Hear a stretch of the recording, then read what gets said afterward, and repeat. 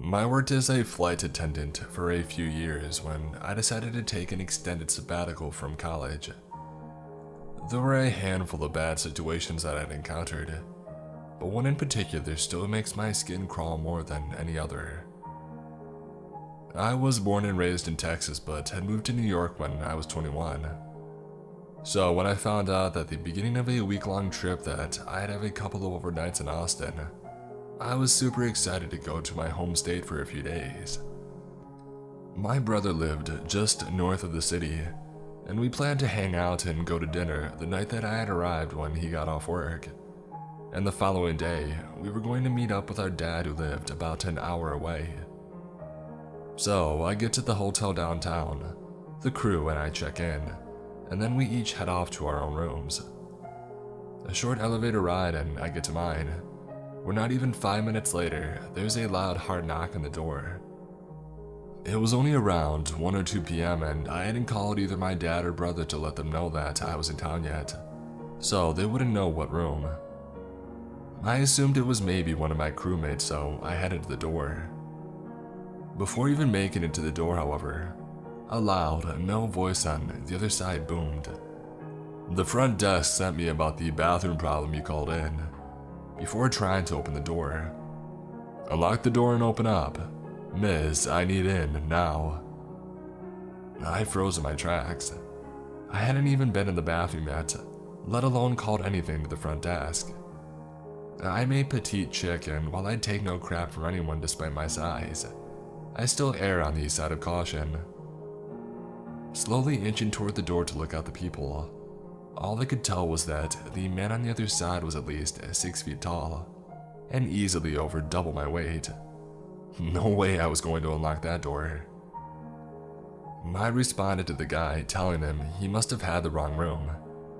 He continued pounding on the door while constantly turning the handle, telling me no, he needed in, and he was getting in the room one way or another.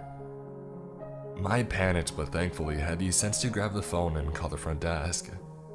The concierge confirmed that they had neither sent anyone up to my room, nor had they received a call about the bathroom. The entire time this guy was still determined to get in my room, pounding and yelling. Lucky for me, the front desk had dispatched security to my floor.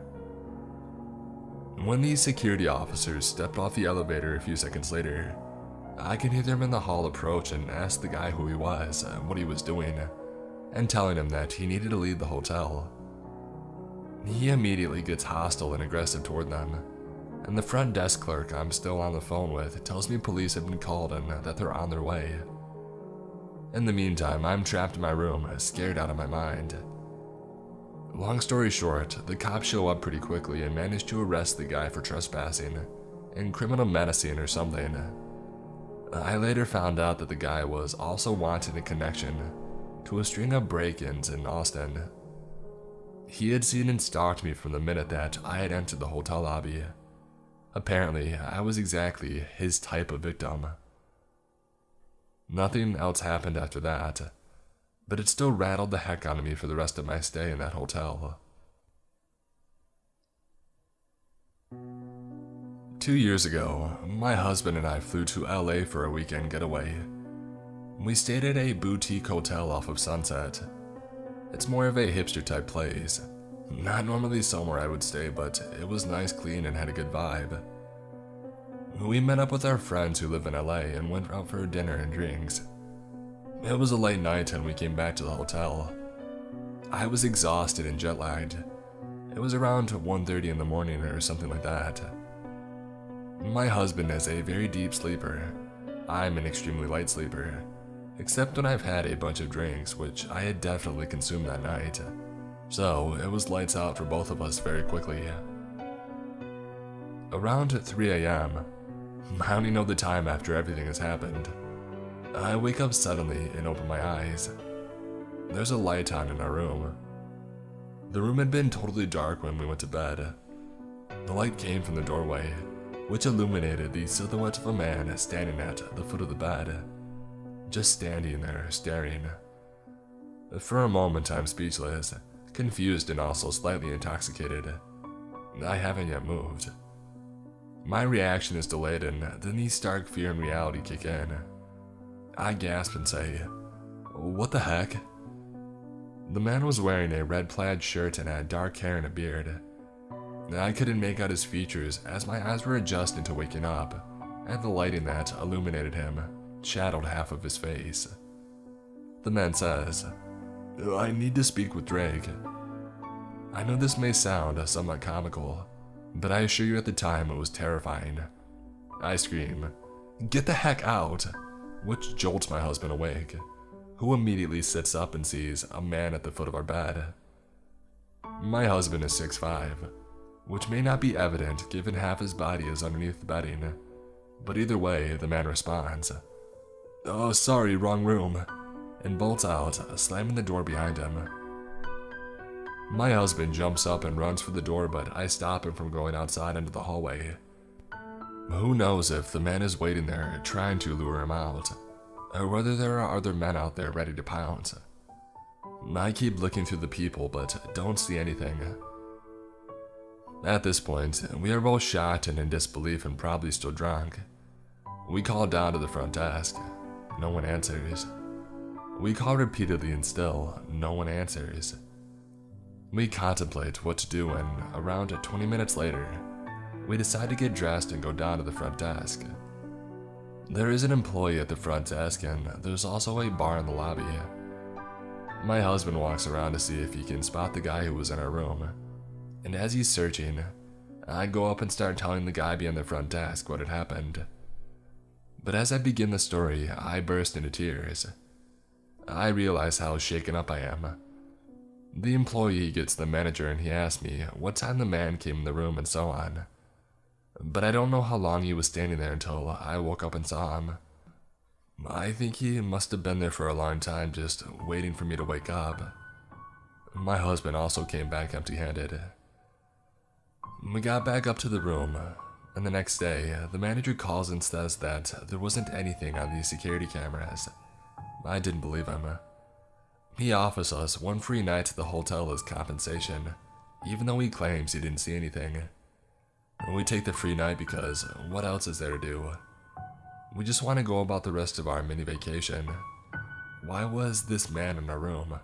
How did he have a working keycard? But the thought that I had the most trouble with, what would have happened if I hadn't woken up? Our door was locked, but clearly someone had a duplicate keycard.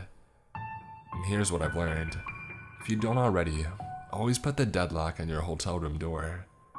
It's something we've never thought to do, and now I always check it, twice. This happened in the summer of 2010, when I was just entering my teenage years. My family took a trip to a really nice hotel in the city. I can't really remember why we decided to take the trip, but I remember a lot of family friends coming with and staying in adjacent rooms. I've never asked my parents, and it's not really important to the story. To preface, I'm a bit of a scaredy cat and always have been. I'm a pretty skinny, fragile kid, so I get spooked pretty easily, even now. This, however, was almost definitely not me freaking myself out like I normally did. Looking back, I'm incredibly lucky I trusted my instincts. This hotel had a strange design to it. The lobby was actually on the 4th floor, not the bottom floor, which I found strange. To access the lobby, you had to use the elevator. There was no way for you to get to it from the stairs. This information would have been nice before everything happened, as you'll find out. The hotel was organized in a square shape. Every floor was lined with a balcony, and you could look down into the lobby and cafe area from your floor. Essentially, if you are walking to your room, you could be seen from anyone that was on your floor if they just stepped out of the room and looked around. I was always afraid I would fall over the balcony and sail down 8 stories to my death, but they were high enough to a point where I wasn't concerned for my safety. The first day was nice. My friends and I hung out and played cards all day, or we watched whatever was on TV. At night, we would explore the halls of the hotel and tell each other ghost stories. It was a really fun time, even though I didn't fully understand why we were there. On the third day though, things got strange fast. I woke up to the sound of screaming coming from outside my door. Now, because of the hotel's design I mentioned, sounds from the lobby would echo all the way up to the top of the building. So when I walked outside to investigate, I immediately looked over the balcony to see what the commotion was about. I saw a girl laying on the ground, eggs and milk splattered everywhere around her. And people were rushing to help her, and I heard a couple people telling each other to call 911. It seemed like the girl was unconscious. Maybe she had passed out or something. I scanned the lobby and saw that my family and a couple of my friends were in the lobby getting breakfast, all staring at the event in front of them. I decided that I would rush down to meet them to find out what had happened. The elevator was on the opposite side of my floor, so I took the stairwell located right next to my room. We were on the 7th or 8th floor, so I knew I only had to take about 4 flights down. Not a big deal. I descended for a little while, looking for the number 4 on the wall or the letter L. I passed floor 5, ready to find a door to the lobby. I took about 2 more flights of steps before realizing that there hadn't been a door for the 4th floor, nor had there been a door for the 3rd or 2nd. Now at this point, I probably should have turned back, but I continued down because I was tired and I didn't want to climb back up. There were some weird side hallways that went into pitch black areas with a bunch of piping and wiring, and though I was curious to explore, I passed them by.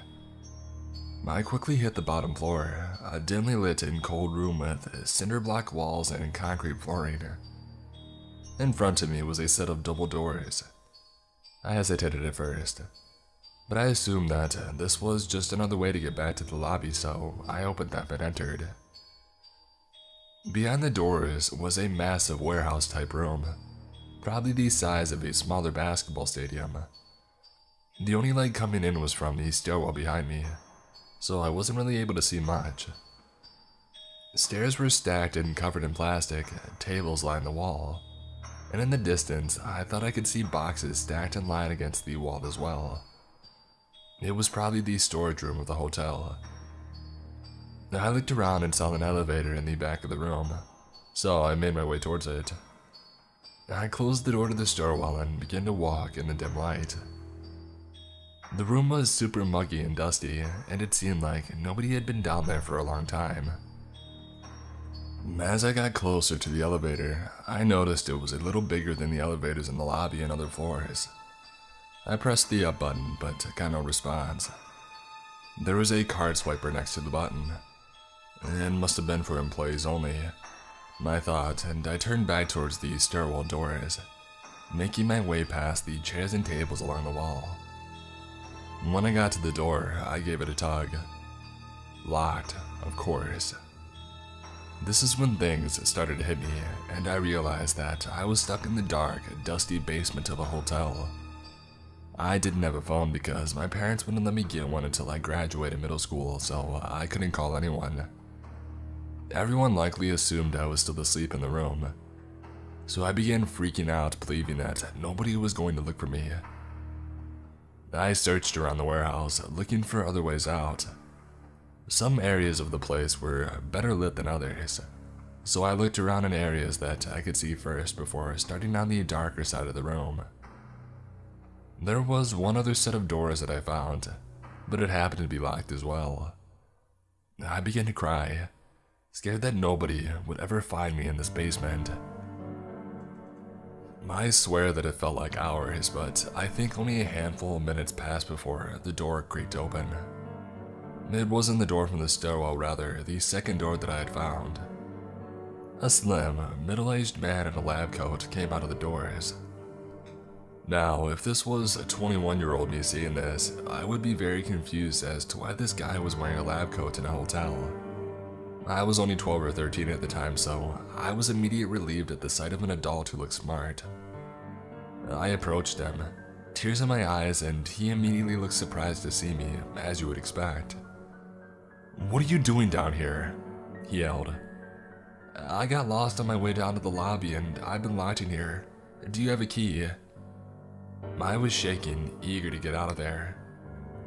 He didn't answer my key question, and instead he said, I know a way out of here, follow me. He began to walk towards the doors of the stairwell and I followed, relieved that someone had finally come to save me. We approached the doors and I began to reach for the handle, but he continued walking. Isn't it right here? I asked him. I'll never forget the look in his face when I said that. He looked nervous, and though it was dim, I could see sweat glistening from his forehead and behind his glasses.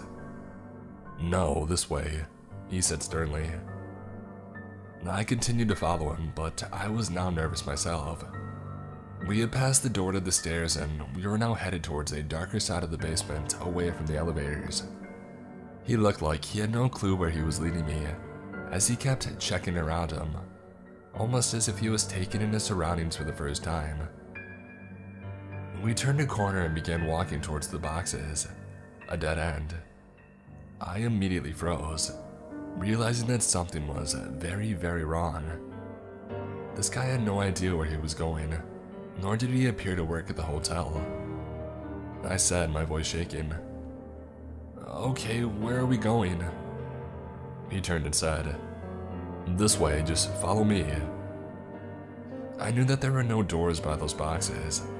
I had checked there first after I had found out the stairwell door was locked. I wanted to thank whatever God is up there for gifting me with the idea that I had next. I started yelling as loud as I could. I yelled so loud that I gave myself a headache. The man, irritated and plugging his ears, began yelling back at me. What are you doing? Be quiet. I continued to yell. I don't even remember how long I was yelling. Finally, the man snapped and began quickly walking towards me. I went in a full sprint towards the stairwell doors, hoping to God they would somehow be magically open. He didn't run after me. He walked sternly behind me, muttering things like stupid and other kind of compliments. I was about 5 feet from the door when somebody burst through, my savior, a hotel janitor who had heard the screaming from the stairwell. He saw the situation, me and some random guy in a lab coat in a locked basement, and immediately told me to get behind him. The janitor asked me who the man was, and I said I had no idea, that he had come in through the door on the other side of the room, and I pointed to the door. The janitor quickly radioed into the desk that he had found a child in the basement, and quietly so that I wouldn't hear. He said, This man came from outside, get security, or something like that. The man in the lab coat started trying to argue with the janitor, claiming that he was simply looking for a bathroom. The janitor clearly wasn't buying it, and he kept saying things like, Wait till security gets here and talk to them about it. I was standing beside him the whole time, trying to take in what was happening, confused out of my mind. Eventually, an employee from the front desk arrived and took me back to the steps of the lobby, where I met with my family who surprisingly had no idea I was missing. I told them the story, crying and shaking, and they hugged me tightly, thanking the employee over and over again for their help. I never got to thank that janitor though. Looking back now, I have absolutely no clue what that man was doing in the basement. I don't have any information as to what happens afterwards or who he was. I know for a fact that the incident with the girl in the lobby was unrelated. Something about low blood sugar. Not sure. I've thought about that day a lot, and the only explanation I can put together is that the door that I had found in the basement lead to the streets of the city, where he must have wandered from. I have no clue what his intentions were, why he was wearing the lab coat, or why he chose to pretend to know a way out.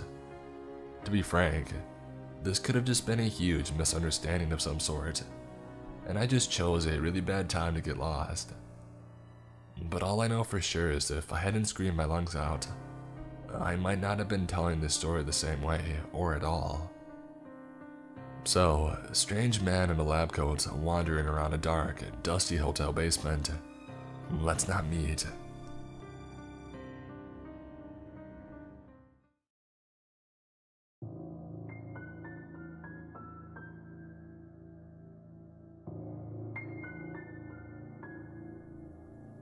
So, I live in supported housing.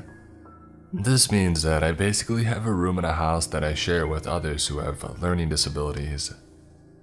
When my best friend moved in, this one particular tenant, who we soon started calling Creeper, full-on stalker, he would lurk outside our room late at night, waiting for her to come out. If she didn't come out, he would go outside and knock on her window. He would watch her come out of the shared bathroom from the top of the stairs. He tried to kiss her, and one time touched her on the shoulder and said he was looking after her.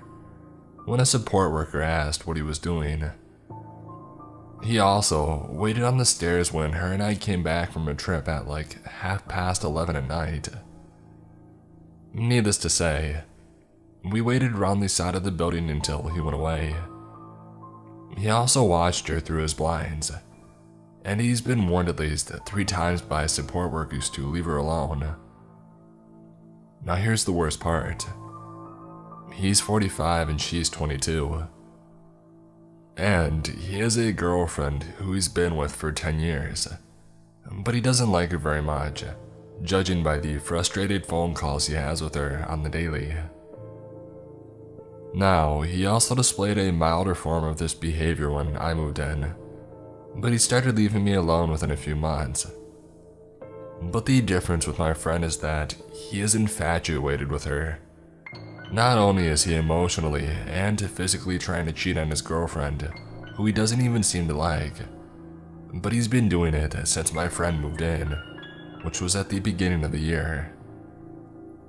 He needs to be charged with something, and his girlfriend needs to dump him. He needs to be thrown out of the house too. But people keep giving him an excuses not to have him punished, and I'm sick of it. If it weren't for whatever he has, he'd be in prison. I wanted to share this because I'm done with him. I want him to leave my friend alone. I want him out of the house. The staff aren't doing anything about it, so I'm going to take matters into my own hands. But what should I do? So, this is my second time writing in this sub. I'm a female in my early 20s, and I filed a police report and have already told the story to those close to me. But I feel like venting about my piece of crap ex-housemate to you guys, and then it would make me feel a little bit better. Kareem is somewhat close to his name, so I'll use that. Now, I'm not very good at reading people, unlike my landlord. When I first met Kareem, he seemed polite enough. He was super tidy, filled the house with amazing smelling cooking, and best of all, he stayed out of my way. I'm kind of a loner and stayed holed up in my room with the company of my gerbils to quietly study and play Minecraft.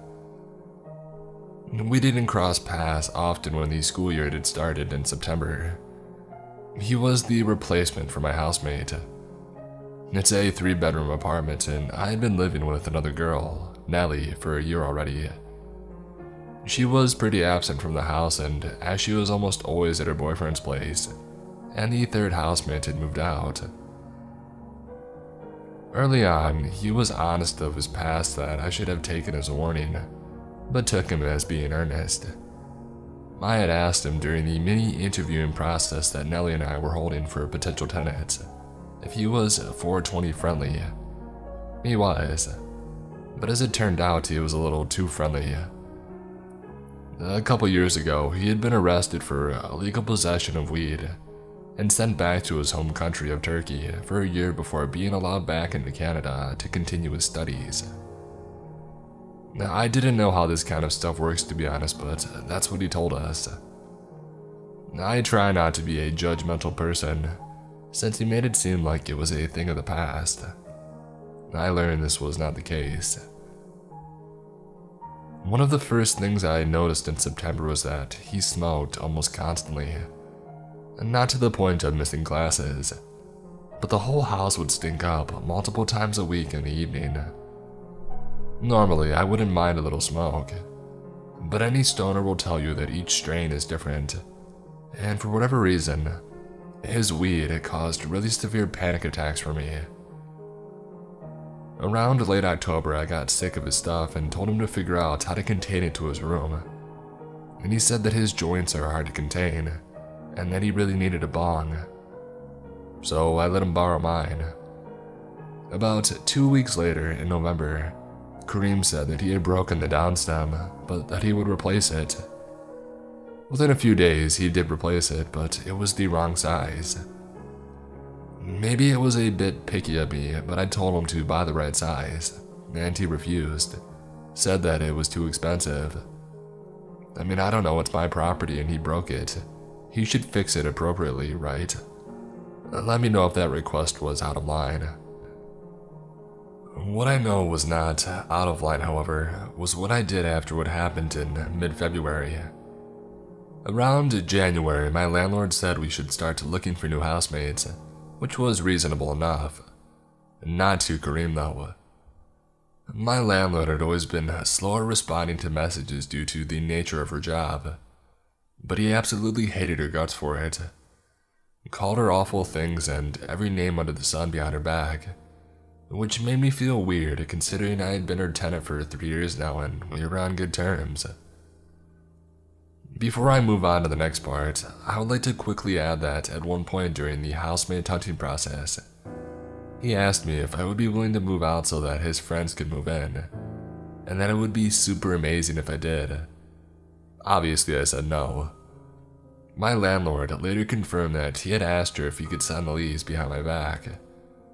As I mentioned earlier, we had forged a good rapport over the last 2 years, so it was a firm no. Kareem had got excessively antagonistic about my landlord's deadline when she wanted us to sign the lease.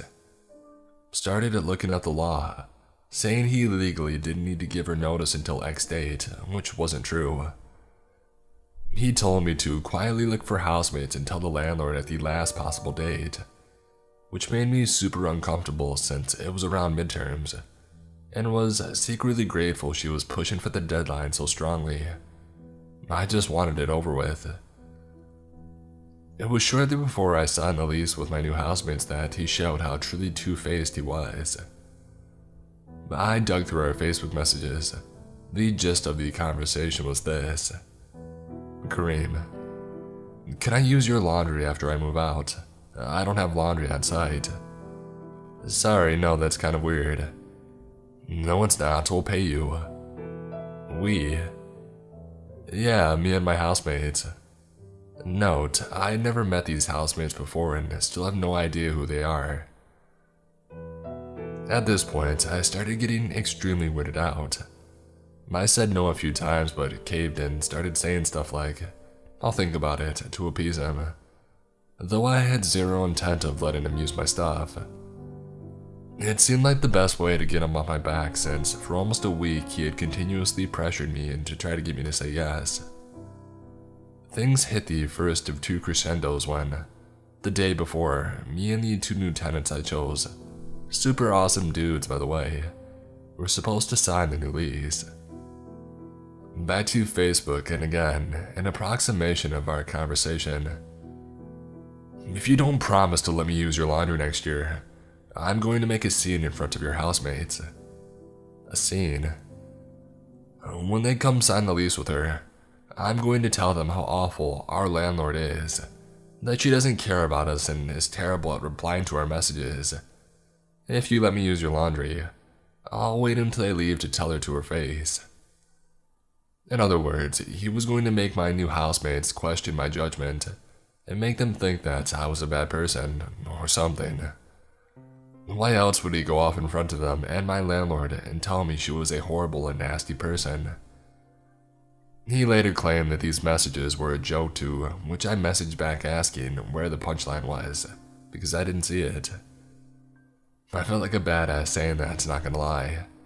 Especially since he never got around to explaining this supposed joke. At this point, I had a bit of a breakdown. I called my landlord that night when Kareem had left the house for a few hours, letting her know exactly what had happened, and what he was planning to do the next day, even sending our screenshots of our Facebook messages, and telling her that I couldn't let her and my new housemates come over in good conscience. Call me a snitch, I don't care. This guy does martial arts 3 times a week, and despite being shorter than me, could definitely send me through drywall if he felt like it. I felt threatened and didn't want to know what he would do if he found out that I told her, and was the reason signing the lease was rescheduled to a different time and location. She believed me, especially when she read all the text messages. Full context, nothing conveniently cropped. She even saw the parts where I was playing along and calling her names too. That's when she told me that she had seen straight through his act while he was signing the lease. Apparently, he spent half an hour reading and rereading our lease, which is abnormal, asking weird questions and being rude to her. After years of being a landlord, she could clearly see that he's the type of overly macho guy that likes to control women, but gave me the benefit of the doubt. I'm inclined to agree, especially looking in hindsight at how he's treated the women, me, the landlord, and Nellie, versus men, Nellie's boyfriend and my male friends, in our lives. So I signed the lease with my new housemates the next day at a coffee shop, telling Kareem that it was out of the blue that we were signing elsewhere, and that I had no idea why we had changed plans, and I thought that I had gotten away with telling on him. Until my landlord sent him a letter from her lawyer that we had very clearly stated that he would not be allowed to demand the use of the laundry again, and that if he came back to the house after moving out, it would be considered trespassing. At first, I thought it was an overreaction on her part, but looking back on those messages, I can see why she made that decision. He angrily knocked on my door and shoved the letter in my hands when he got in that day, aggressively and quite frankly, melodramatically saying, "You betrayed me." I kid you not, those were his exact words. I think he lost his grip on me since he could no longer pressure me now that the secret was out, which frustrated him. Things then settled down temporarily. He would retaliate in small ways, going out of his way not to sort the recycling in proper bins, not cleaning out the shower drain, putting plastic and metal in the compost bin, and smoking weed excessively. They were small, but they irritated me. It was the day after he moved out that we reached our second and final crescendo, which led to the police report from the initial paragraph.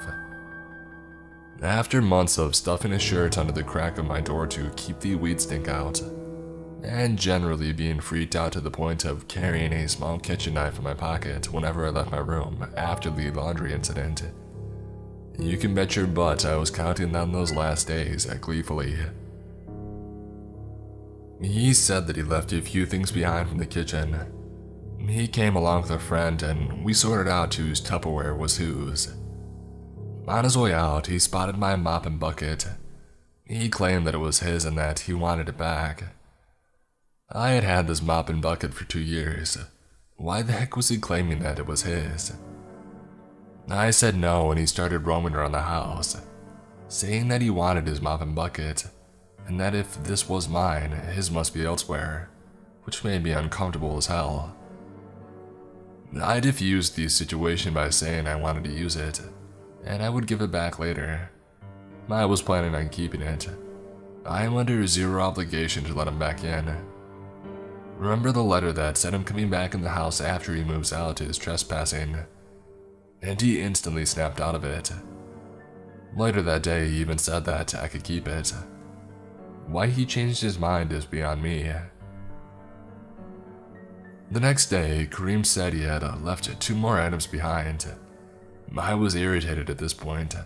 I just wanted to be left alone. I said I would leave it outside. I admit I definitely shouldn't have done what I did next. I was annoyed and I cringe when I read my own messages, but his reaction was completely out of proportion. Kareem said, "Yeah, I'll stop by in a few hours. I just got out of the shower. I'm busy, can't you come by now? Just throw on some shoes and shorts and a t-shirt, nobody's outside." By the way, at this point, my town had been on lockdown for 2 months. Since it's a university town and I live in an area almost exclusively populated by students, Nearly everyone was gone and it had been a ghost town for weeks. I should also note that he had not been taking good social distancing measures whenever he was over, and had zero problem getting up close even though he had recently been to a much bigger city with a bad outbreak. Just thought that I would point that out. Fine, then give me my mop and bucket. You said that I could have it. Give it back. No. I put the two items, a tray and a mug, on the porch. A few minutes later, I heard a polite knock. I knew it was him and I ignored it. A few seconds later, a ring on the doorbell. Another ring, a louder knock. He kept ringing the doorbell over and over. Exasperated, I opened it and he stood there smiling. Give me my mop and bucket. No. I quickly shut the door. Truth be told, I was worried he would try to stick his foot in the door and try to stop me from closing it, but he didn't move. He started knocking again, and ringing the doorbell repeatedly. At first, it was with some time in between, a few seconds, but it grew in frequency and volume. It went from firm knocking to louder, angry knocking. It felt like I was running a marathon, my heart was beating so fast. Since he started up straight up pounding on the door so hard that I could see it move, literally screaming, "Give me my stuff!" over and over at the top of his lungs. After about 2 or 3 minutes of him being aggressive in doing this, I can assure you it felt like hours. He stopped and I heard this weird metallic scraping sound, like metal on concrete, accompanied by a grunt, followed by a loud metallic clang. Then silence. I waited for a while. I stealthily looked through the windows and didn't see him. I opened the door and to my surprise, saw that he had pulled my mailbox off the wall and thrown it onto the path leading to the sidewalk. I kicked myself for not filming the incident, but took my sweet time taking the perfect picture to show that he had made some kind of attempt to destroy the property. I mean, not much that I can do. It felt like the right thing to do, nonetheless, and I still have it. I ended up putting the mop and bucket outside and telling Kareem to come get it, and I just wanted to leave me alone. I even took out the battery of our door code since a part of me is paranoid it would try to guess it and break in. He came by and took it, and I watched him leave from the window. He hasn't contacted me since. I saw him on the street the other day and he gave me a warm smile as if we were friends, but I looked away and crossed to the other side to avoid him. I filed a police report of the incident the same day, as advised by my landlord. She told me during our phone call that he had a documented history of aggression, and I'm not shocked. I'm surprised she gave me the benefit of the doubt though, and let him sign the lease in the first place. I guess this was a learning experience for us all. When I asked her of her honest opinion of my new housemates, she said they were trustworthy. Plus, it turns out that the guys and I have a mutual buddy, so I'm not scared of them. I told them about the whole incident and they blocked him on Facebook. They were super supportive and I'm glad that I filed a report. They know who he is and they won't let him inside. The thing that freaks me out a little is that he moved down the street. I can see his new unit from my window. I can't really say let's not meet again since we live so close and we'll inevitably cross paths on the street in the future. But I can confidently and without hesitation say, Kareem, get effed.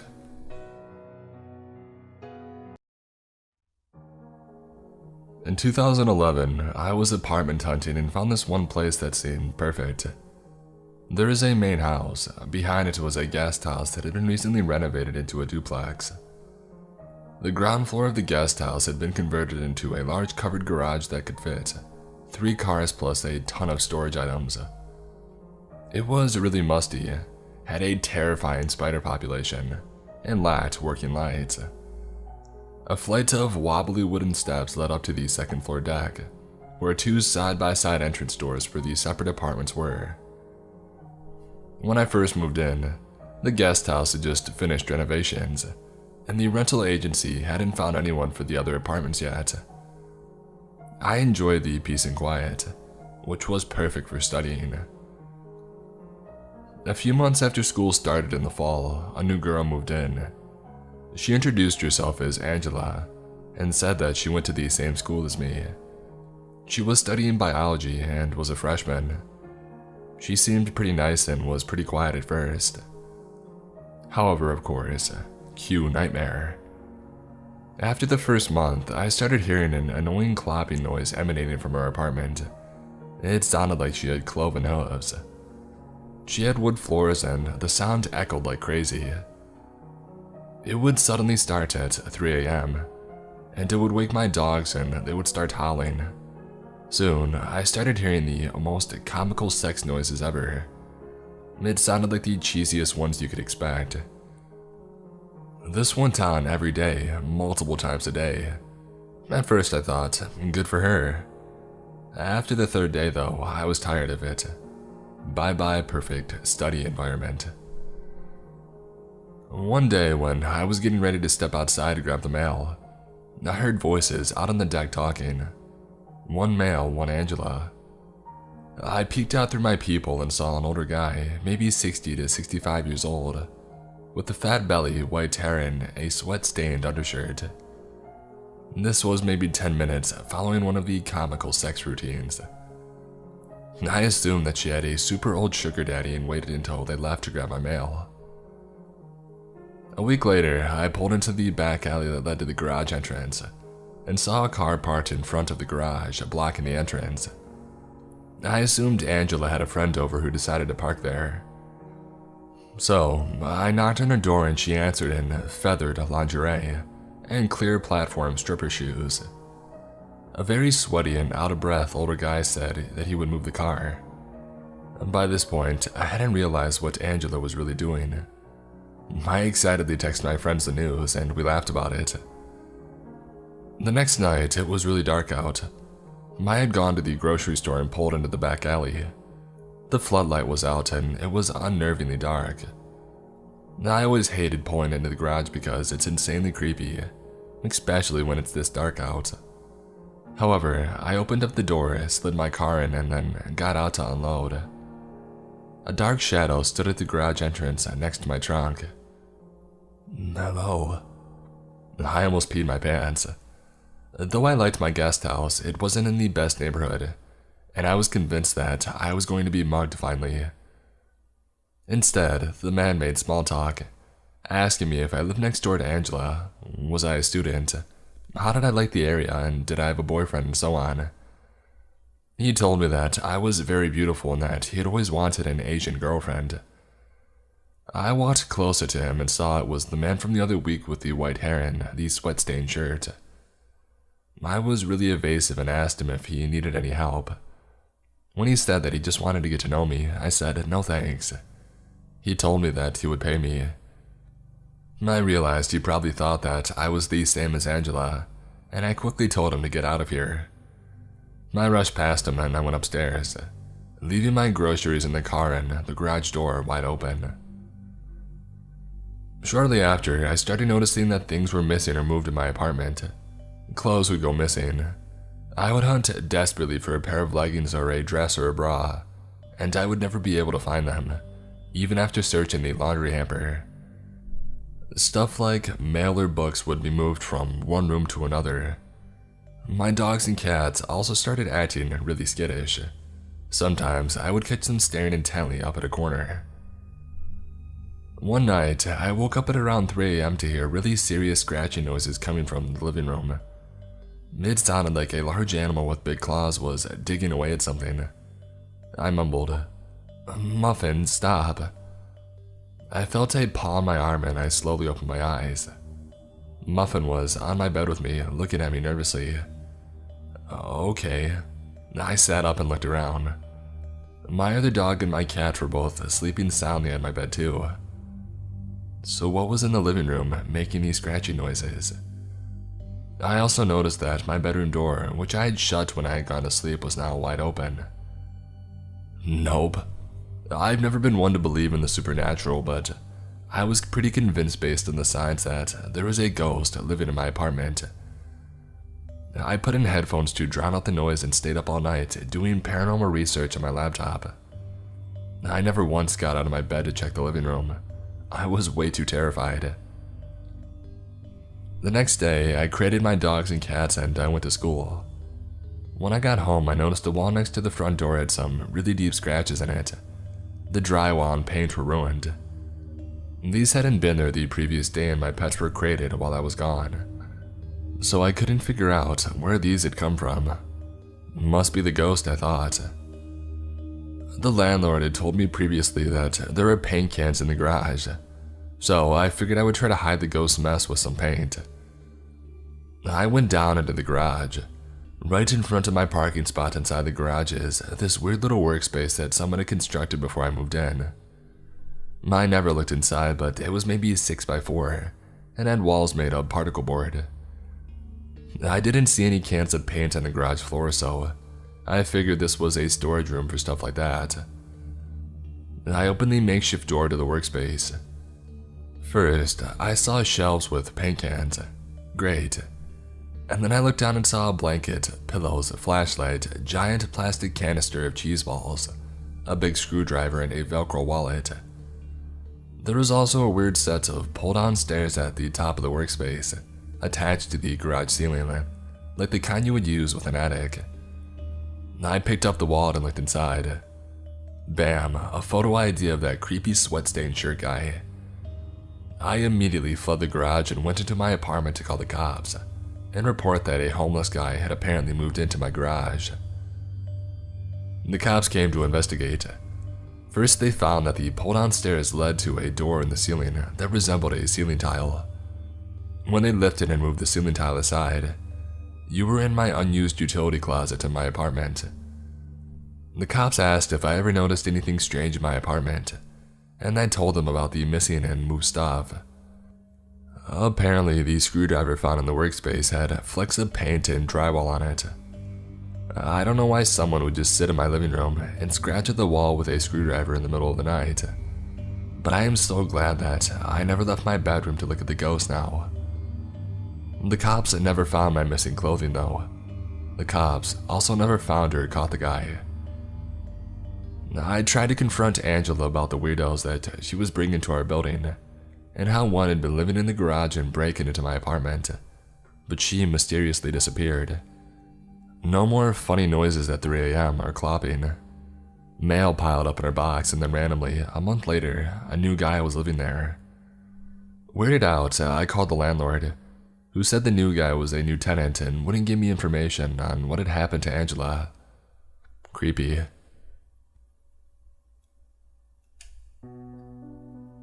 When I was a kid around 8 or 9 years old, my uncle would take me and my 2 younger cousins, all girls, to a park every Thursday evening. It was a small rundown park but had bright lights and a few functional rides like spinning teacups, and a small train, so we enjoyed our weekly trips there. Being the oldest, I was kind of an old soul, overly cautious, reserved, and somewhat paranoid. I would tell my younger cousins to behave well in public, not to make too much noise or to be overly friendly with strangers. However, I was still a child and often went with the flow. During one of our weekly outings, we decided to visit the Haunted Shack on the park, which was another amusement presented by the low-budget park. As we were going in, a group of young men also slipped in. When the park attendant told them that they only allowed family members to accompany minors, they claimed that they came with us and they were our uncles. Numbly, and like the idiot that I was, I nodded when the attendant asked me. I was just relieved that I wouldn't have to be alone with my younger cousins in the haunted house. The house was more of a mud hut, with hay on the floor and a very strong smell of decay. There were strobing red string lights around and some random broken pieces of furniture. The show began 30 seconds after we went in, with 2 ghosts coming in and flapping their arms at us. The ghosts were much dressed like the Scarecrow from The Dark Knight, and the odor coming off their costumes made me gag. By then, all three of us cousins were backed up against the wall, with the other two huddling behind me and the ghost flapping their dirty sleeves in my face.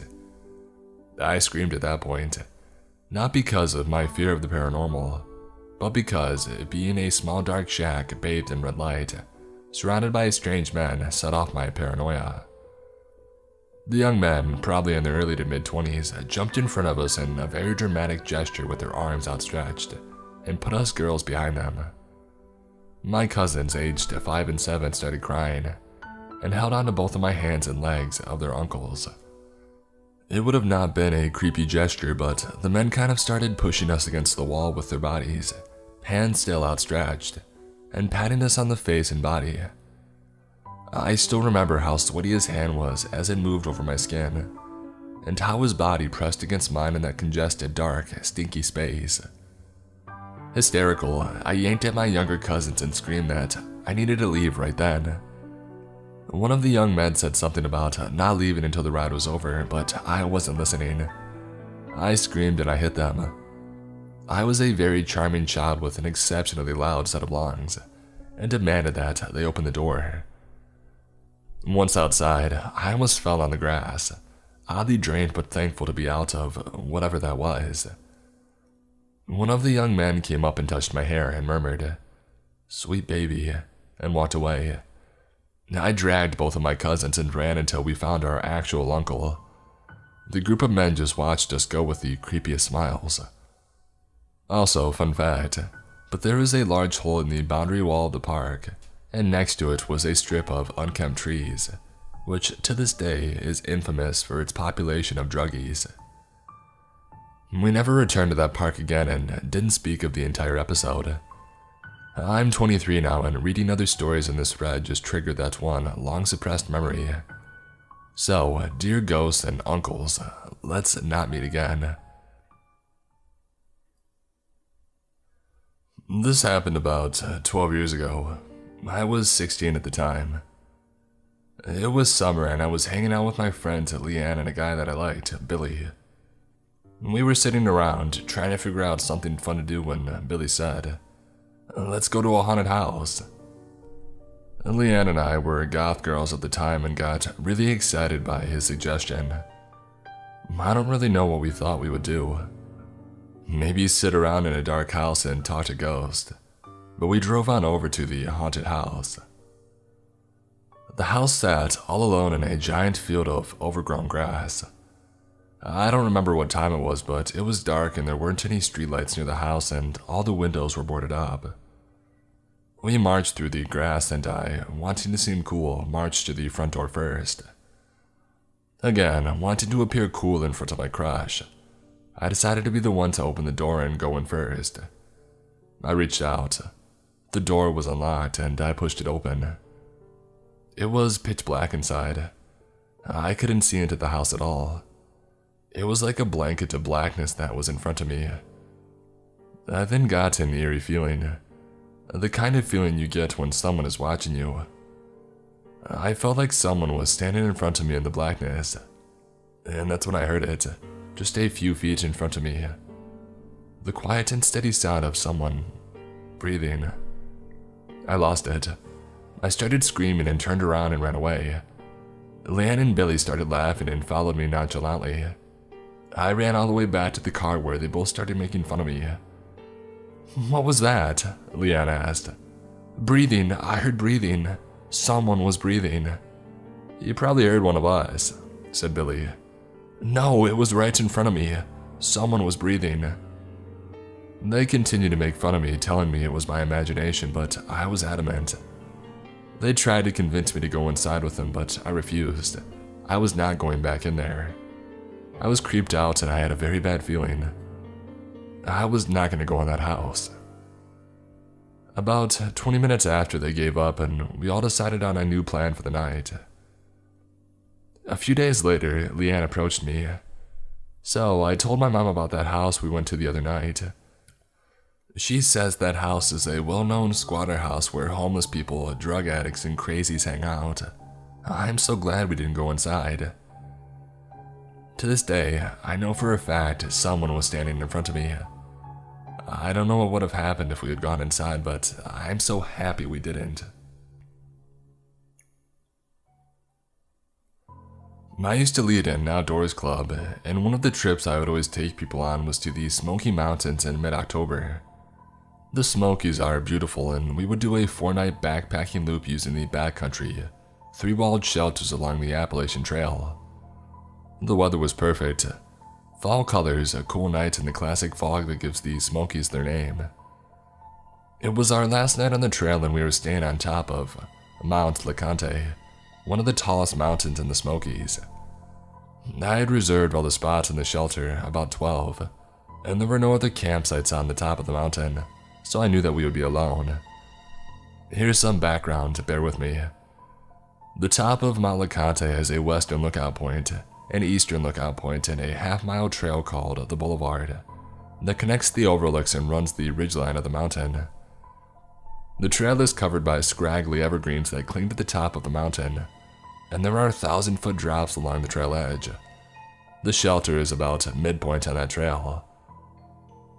All my friends and I decided we would sleep under the stars next to the shelter because the Milky Way was incredible. And then at 5 a.m., we were all going to walk with our sleeping bags to the eastern lookout point to see the sunrise. But we stayed up late, and my friend and I decided that he and I would just go to the eastern lookout at 3 a.m. and chat until the sun began to rise. It was a chilly night, about 27 degrees Fahrenheit, and the fog had rolled in. It pushed through the dense evergreens and limited our visibility to the bright white cones from our headlamps. My friend and I grabbed our bear spray and sleeping bags and started walking eastward on the boulevard. Once we started moving, I realized how bad the visibility was. The trail snaked through the foggy trees, and you could never see what was around the next bend. There were reports of bears in the area, so I kept my bear spray out and made as much noise as I could. The fog rolled through the trees like a haunted house. As I turned a bend, I nearly ran into a man. He's standing alone in the middle of the trail facing me, not moving, no flashlight, at 3 a.m. in the wilderness, just standing in the darkness. I also realized that he's wearing a t-shirt and he only has a small book bag. Keep in mind it's about freezing. With bear spray leveled, I stammer, "Hello?" No response. I ask him where he's coming from and where he's going. I don't know. His facial expression looks lifeless. I ask him where he's planning on sleeping tonight, given that he has no gear. I don't know, with you. Heck no. I could put it together pretty quickly. This guy was definitely on a lot of drugs. He eventually admitted that he had walked from town that is about 30 miles away. But he kept on saying that he wanted to stay with us at the shelter, and then he would speak nonsense. Suddenly said, "I'm being followed by a dog." I figured he was just seeing things, so I asked him what it looked like. "It's big and black and it has an orange collar." Crap. I realized that's probably one of the tagged bears in the park. This sketchy guy is being stalked by a bear and leading it towards my friends who are sleeping in a shelter. I tell him I know of a spot that he can stay, a luxury cabin compound about 15 minutes down the mountain where they can call the MPS. I tell him to walk in front of me, and I start directing him on where to turn. I figured if he tried something erratic, I could blind him with my light and follow up with the bear spray. I eventually get him down to this cabin and wake the employees to let him know that he needs help. They tell me that I can leave, so I head back to my friends and tell them what's going on. Before I go to sleep, I jog back down to the rangers to make sure that everything is fine. We don't know where he went. He stepped out of the door and now we can't find him. Creepy man in the fog, let's not meet again.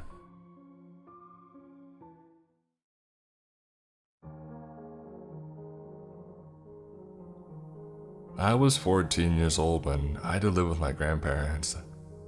I had to live with them because my sister was in college and my parents were divorced. They lived in this old bungalow type house. It was one story and we had upstairs that immediately goes up to the attic. An attic which no one really uses, we just put stuff up there. It's really just too hot and stuffy up there. The sole window there didn't really help.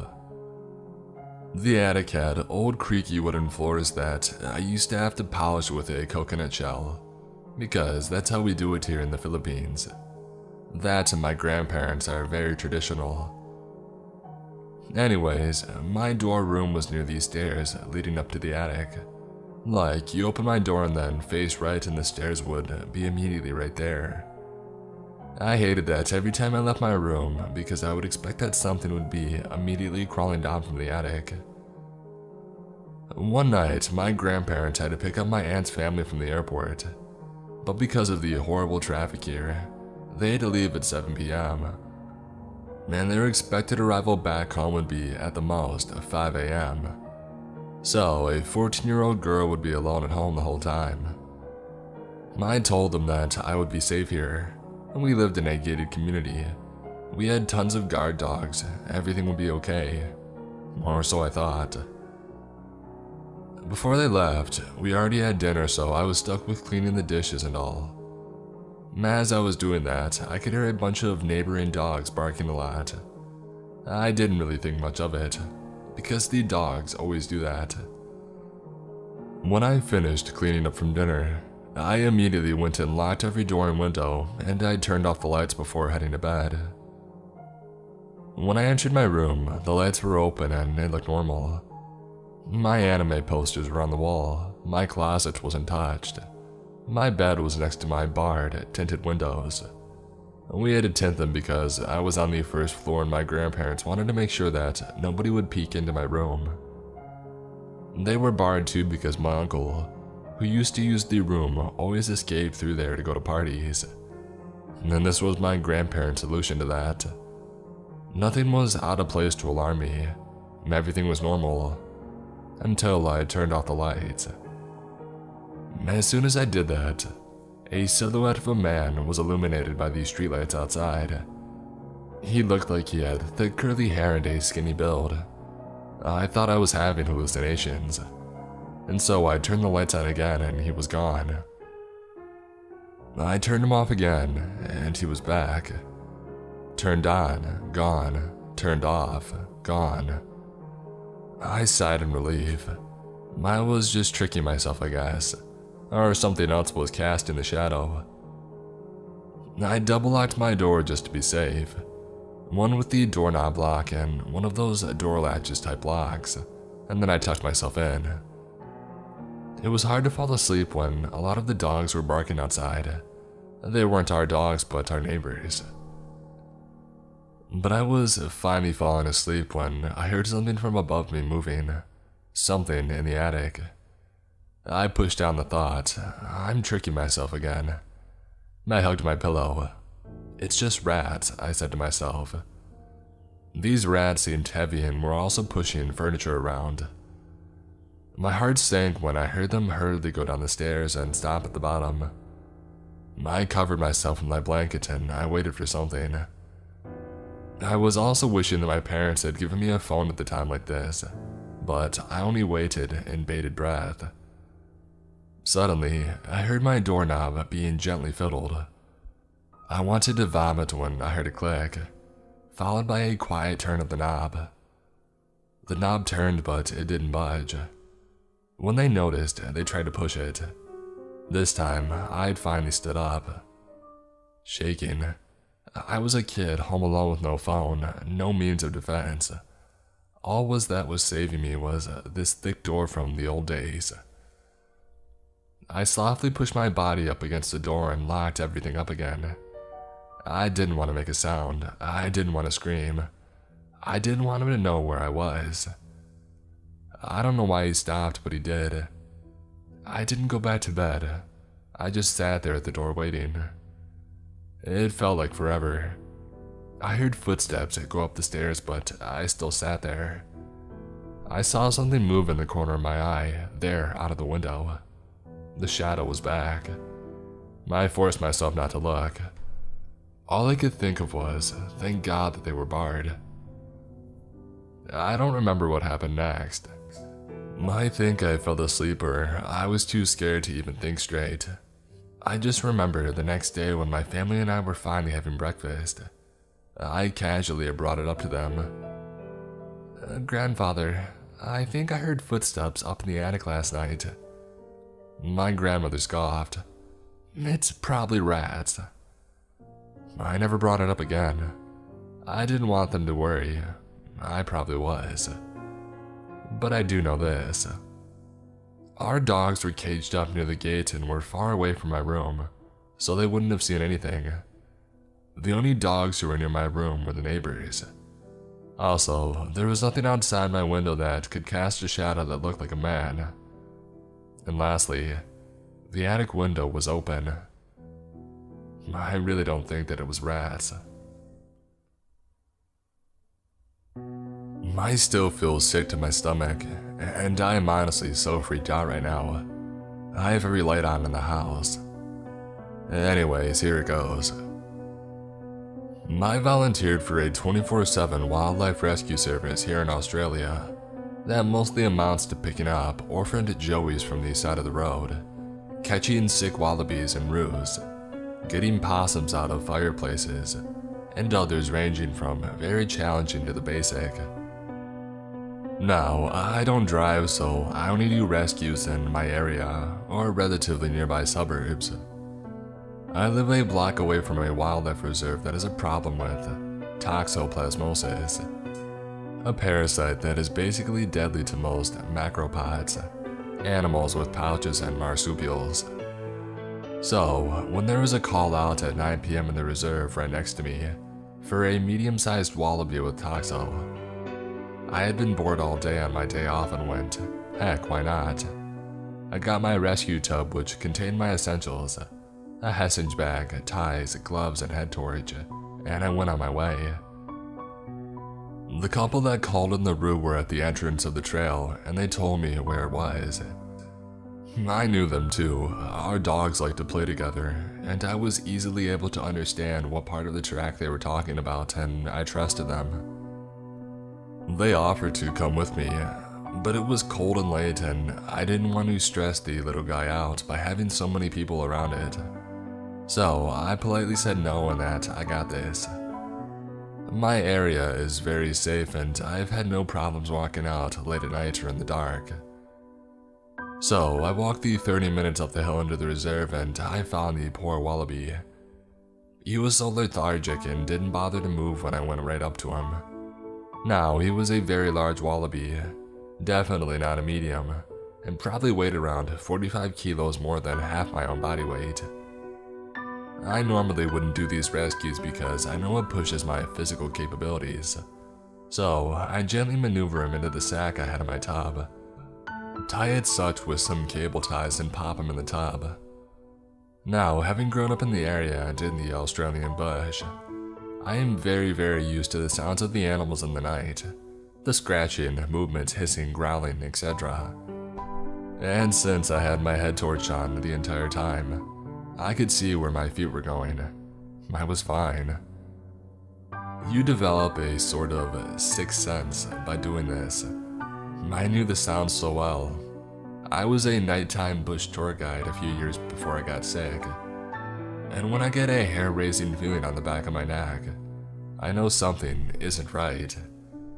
And as sure, every hair in my body seemed to stand on end, and I'm on the balls of my feet. I scan the surrounding area, thinking that it might be a snake or a lost dog or something. Nothing.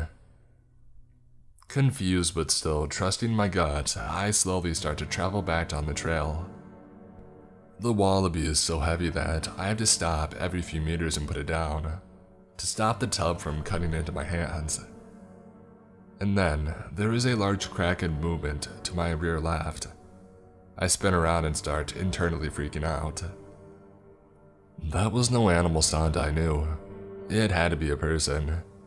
It was way too big, and there was sudden silence, like whatever had made the noise had stopped or was stalking.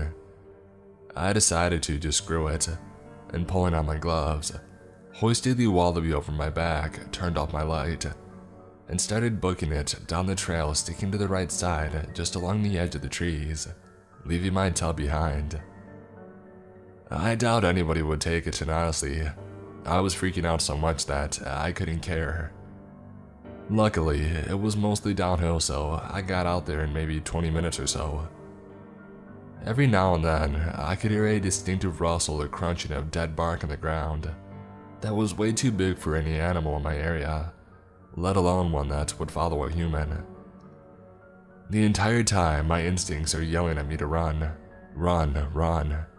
I was gripping the bag over my shoulder for dear life, and I didn't even stop when my shoulder was screaming to stop and rest. I made it out and down several streets, well into the tight-knit neighborhood and into the light before I freaking dared to stop. I couldn't bring myself to look over my shoulder. I could feel someone watching me. I started to cry as I made my way home only a few streets away. I told my mom and she looked very worried and lightly scolded me for going out like that, even though we have both done this kind of thing before. I called up my best friend and she came over for the night and to come with me to try and find my rescue tub with me the next day. This morning, another rescuer came by to take the sick Roo to the vet, and me and Risa went back up to the bush, and we found it. The heavy-duty plastic tub had been smashed up, like someone kept jumping on it. It was half intact. There were butts of what I could only assume were rolled cigarettes and a needle empty on the ground. I just silently picked up the broken tub and threw it away when I got home. I don't think that I'll be going out at night for a long time. To whoever or whatever was stalking me in the bush last night, let's not meet, ever.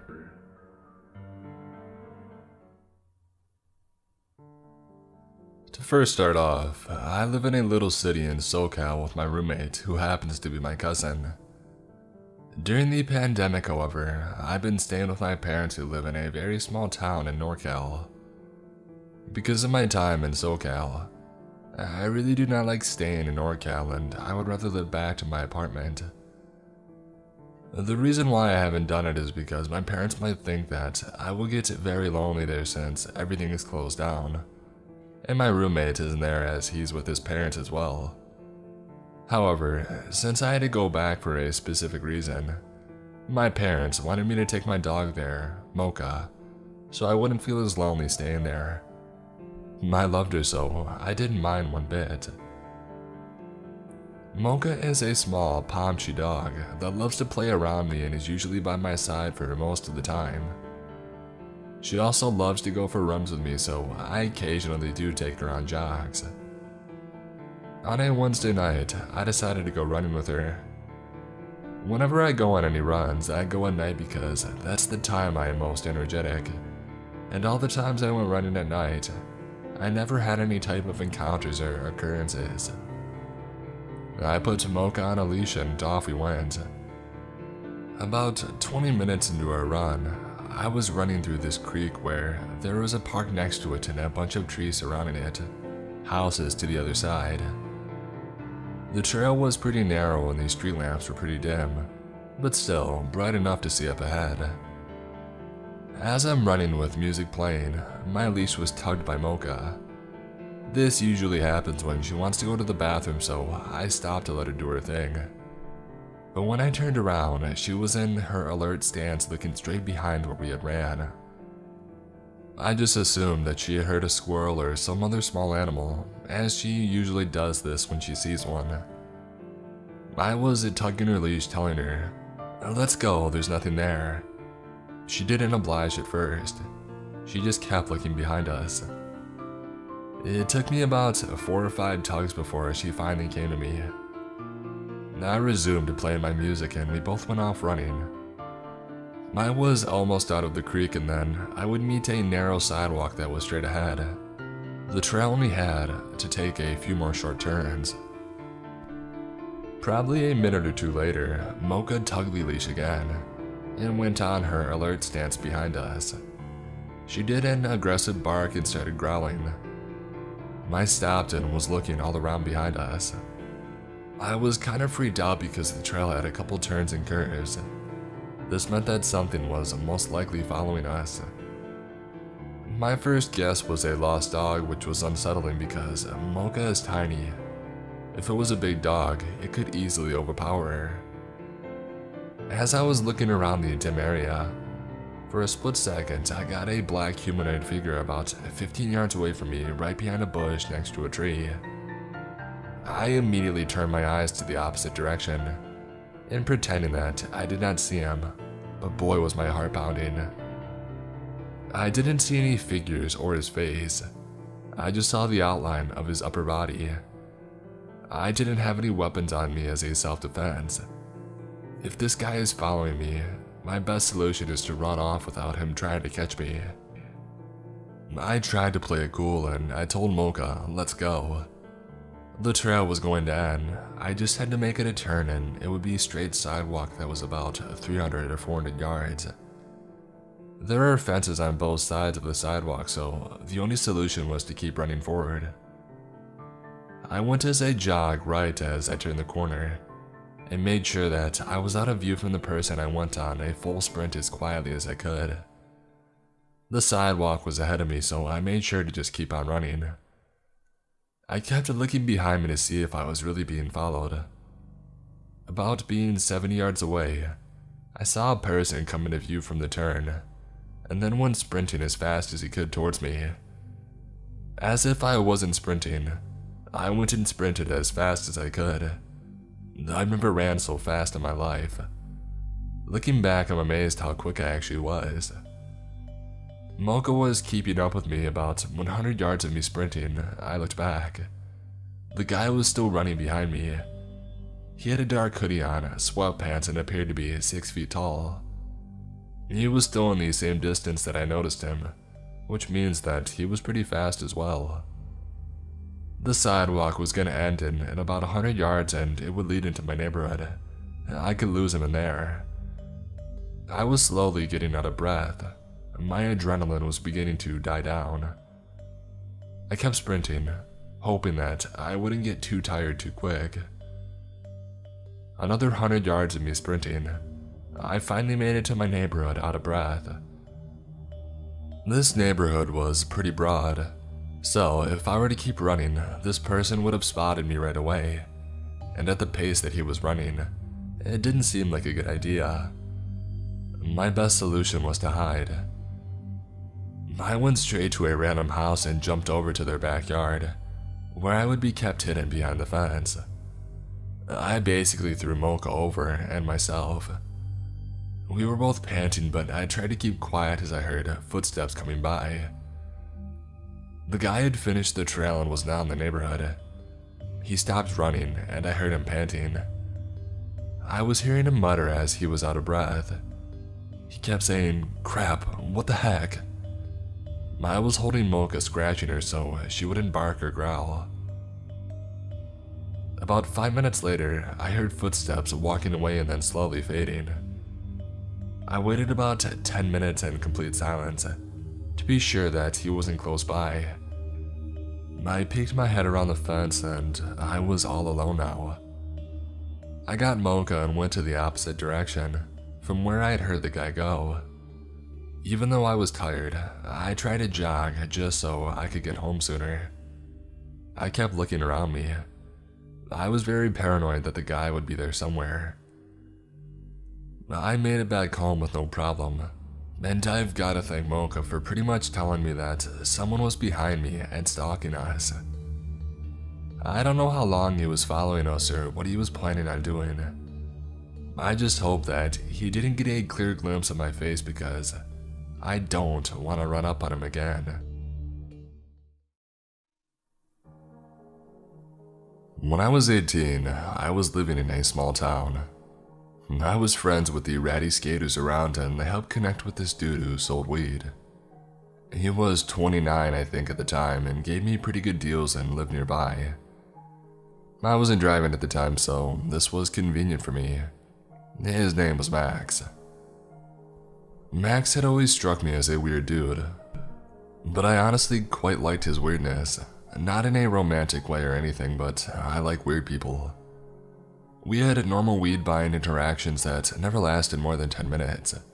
Buy some weed and maybe smoke a bowl and that's it. He would often tell me that he could drop it off at my house, but I never let him because, as I said before, he was weird. I wasn't afraid of him, but was definitely aware that he and his offers to deliver were weird.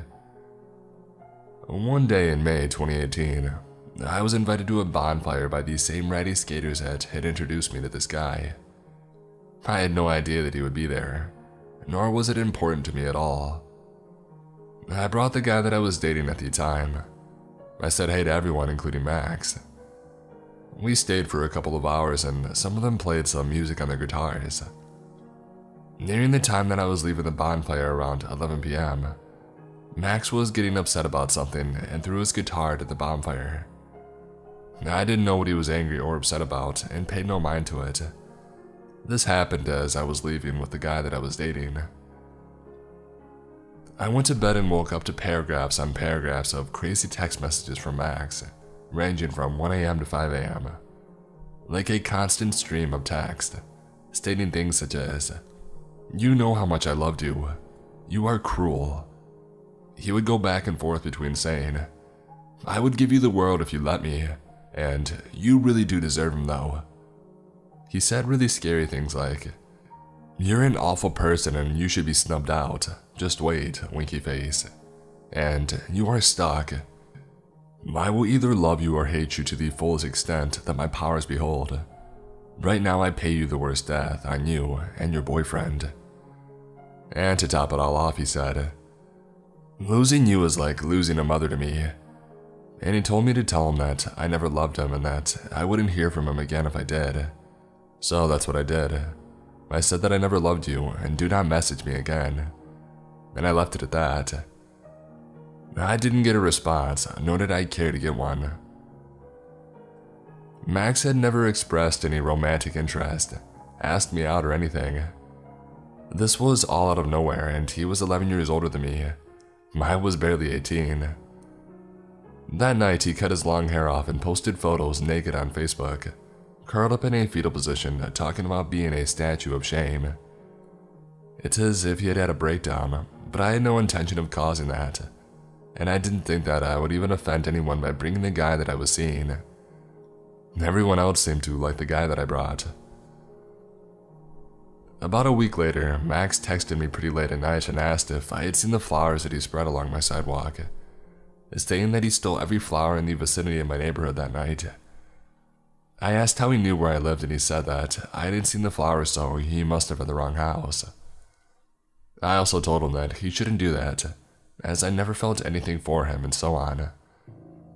He told me that he had heard I lived on the same block as another one of these skater guys we were both friends with, and he wasn't wrong. The skater guy that I lived by was on the other side of the block and I never walked that way, so I never saw the flowers. I blocked his number and didn't hear from him again for weeks. Weeks later, I woke up after a rough night and there were loads of flowers on the sidewalk right outside of my house along with a little bouquet at the top of my walkway. I was pissed. I wasn't scared yet and stupidly, I unblocked his number and texted him asking why the heck there were flowers outside of my house. This confirmed that this indeed was where I lived. I still to this day feel so stupid for texting him and making it known that after weeks he had found my house. He responded saying, "It sounds nice. 'Twas me." I yelled at him, basically, and I blocked his number again. About a week later, I was out of town and my roommate texted me a photo of a heart with a peace sign inside of it, and my name written under it drawn in chalk outside of our house. When I got back into town, I went to the courthouse and began the process of getting a restraining order against him.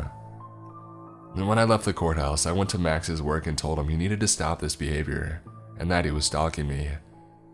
He looked me in the eyes with no facial expression and said, "If you don't leave, I'm calling the cops."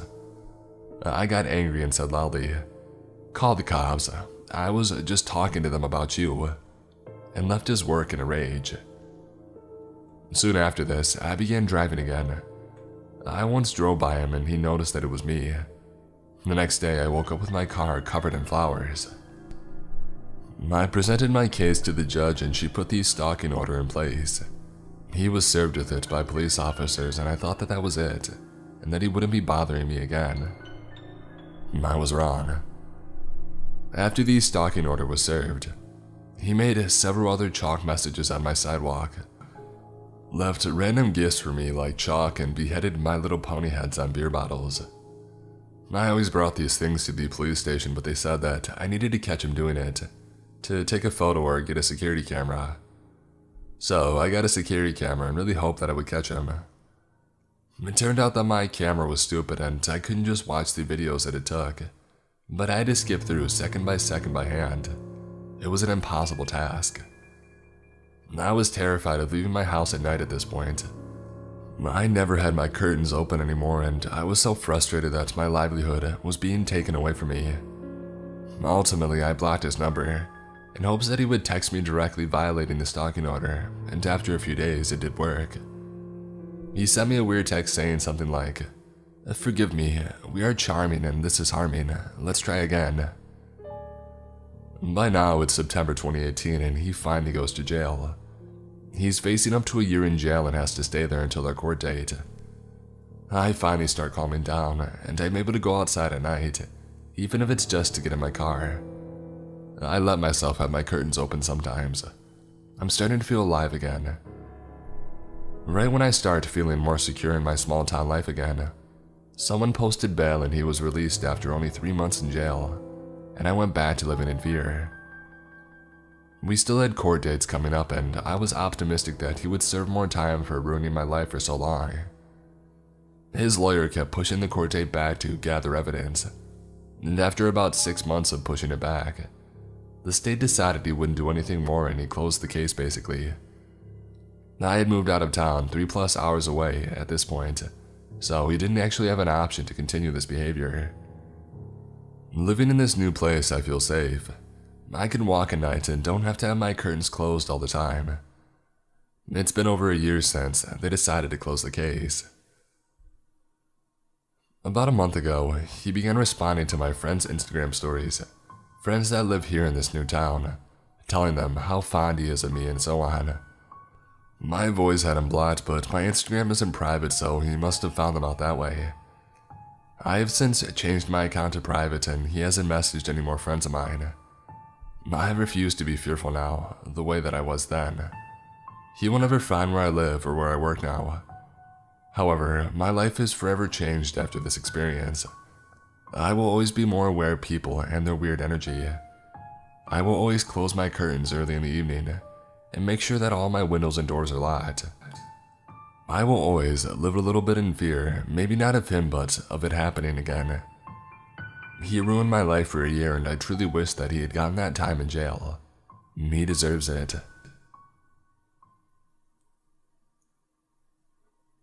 To start, I need to give some context. I was taking a Greyhound across the country as I was moving to seek assistance with mental health care. I had deep scratches on my face from a dissociative episode a couple of days prior to this event. This is a random detail, but it'll be important for a story dialogue. Obligatory, this happened back at the beginning of February. I had gotten stuck in Dallas due to my final bus being delayed by 2 days. I went online and booked a hotel to stay overnight, and would catch a flight out the following morning. The hotel had nice pictures and decent reviews online. It seemed legit. I took an Uber from the station to the hotel. It all started as I had arrived. There was a man standing outside of the lobby talking on his phone. I went in and he followed, still on the phone. I thought nothing of it as I assumed he was just waiting to get assistance at the front desk. I checked in and discovered the room that I was staying in was in the back of the lot. This hotel was filled with full suites and all of them had private entrances. It was essentially set up as a huge apartment area. The man walked back outside as I was finishing up the check-in process. I got my key and headed out of the lobby to walk across the lot. I had a big suitcase filled with everything that I could fit. I also had a weighted blanket. It was a struggle to wrangle them both, and after 2 days straight of being on a bus, it was difficult for me to wrangle it all, and I dropped my suitcase and blanket. The man watched me as I picked everything up in front of him. Do you need any help with that? He asked. I told him that I was fine, but thank you for the offer. Once I got my stuff gathered again, I began my long journey of walking towards the back of the lot to get into my room. The man followed. "So, are you from Dallas?" he began. "No, sorry." And then I wasn't planning on staying longer than the evening. He followed me in silence for a moment, so I asked how long he was going to be in Dallas. As we're in a hotel lot, and I assumed that he would be passing by as well. "Nah, I'm from here," he answered. Red flag number 1, enter gut feeling. I told him it was weird that he was at a hotel then, and still continued to walk, hoping my lack of conversation would give him the hint to leave me alone, but he was persistent. We had small talk for a moment, and I paused walking to take a look at the room number again. I was obviously lost and not sure where I was going, thanks to the vague details of the front desk representative. "What room are you in?" he asked. I told him the building, hoping that he would point me in the right direction and finally lead me to be on my way. He told me that he knew where that was and said to continue going straight. It was the last building on the right. Great, but red flag number 2. Why was he so familiar with the hotel's lot layout? I told him thank you and pressed on. He continued to follow, told me he wanted to make sure that I made it to my room okay. I responded by telling him that it wasn't necessary, but I had appreciated the offer. He wasn't listening. We walked for a few feet and a van pulled up. "Hold up," he said. "I gotta stop at this car quick." I was relieved, and I was sure he would get distracted by conversation and finally leave me be. I looked around the lot, trying to spot a building number and make sure that I was headed in the right direction. As I was checking my surroundings to gauge my location, I saw that a woman hopped out of the van. She handed him money and hopped back in the van and left. No more than a minute passed and the interaction was over. I didn't get to make it that far and he was jogging back toward me. Red flag number 3. "So you're here for business then," I said. He then proceeded to ask me what I meant. "You're trapping. I saw what just happened." He was silent but still continued to follow me. He then asked me what made me think that. I peeped that transaction. I'm not stupid. I've got street smarts and I'm more cultured than meets the eye. He told me that he was impressed by how observant and aware I was. "I'm not interested in joining your business now, leave me alone. I'm not the one," I then told him. He laughed and proceeded to tell me that he could help me make a lot of money. Red flags validated. I told him that I wasn't interested in making money with him. I then stated that I wasn't going to snitch on him and that he's good to do him. I then stopped again to gauge where I was. The lot was getting darker the further back we went. I then repeated again that he didn't need to walk me to my room. I'm not interested in trapping and told him to go put that energy elsewhere. He then proceeded to tell me that he was just interested in making friends, and not everyone in the world is malicious. I told him that may be true, but I'm severely distrusting of people. I mentioned that I keep my circle small and wasn't looking to expand it. "Dang," he replied.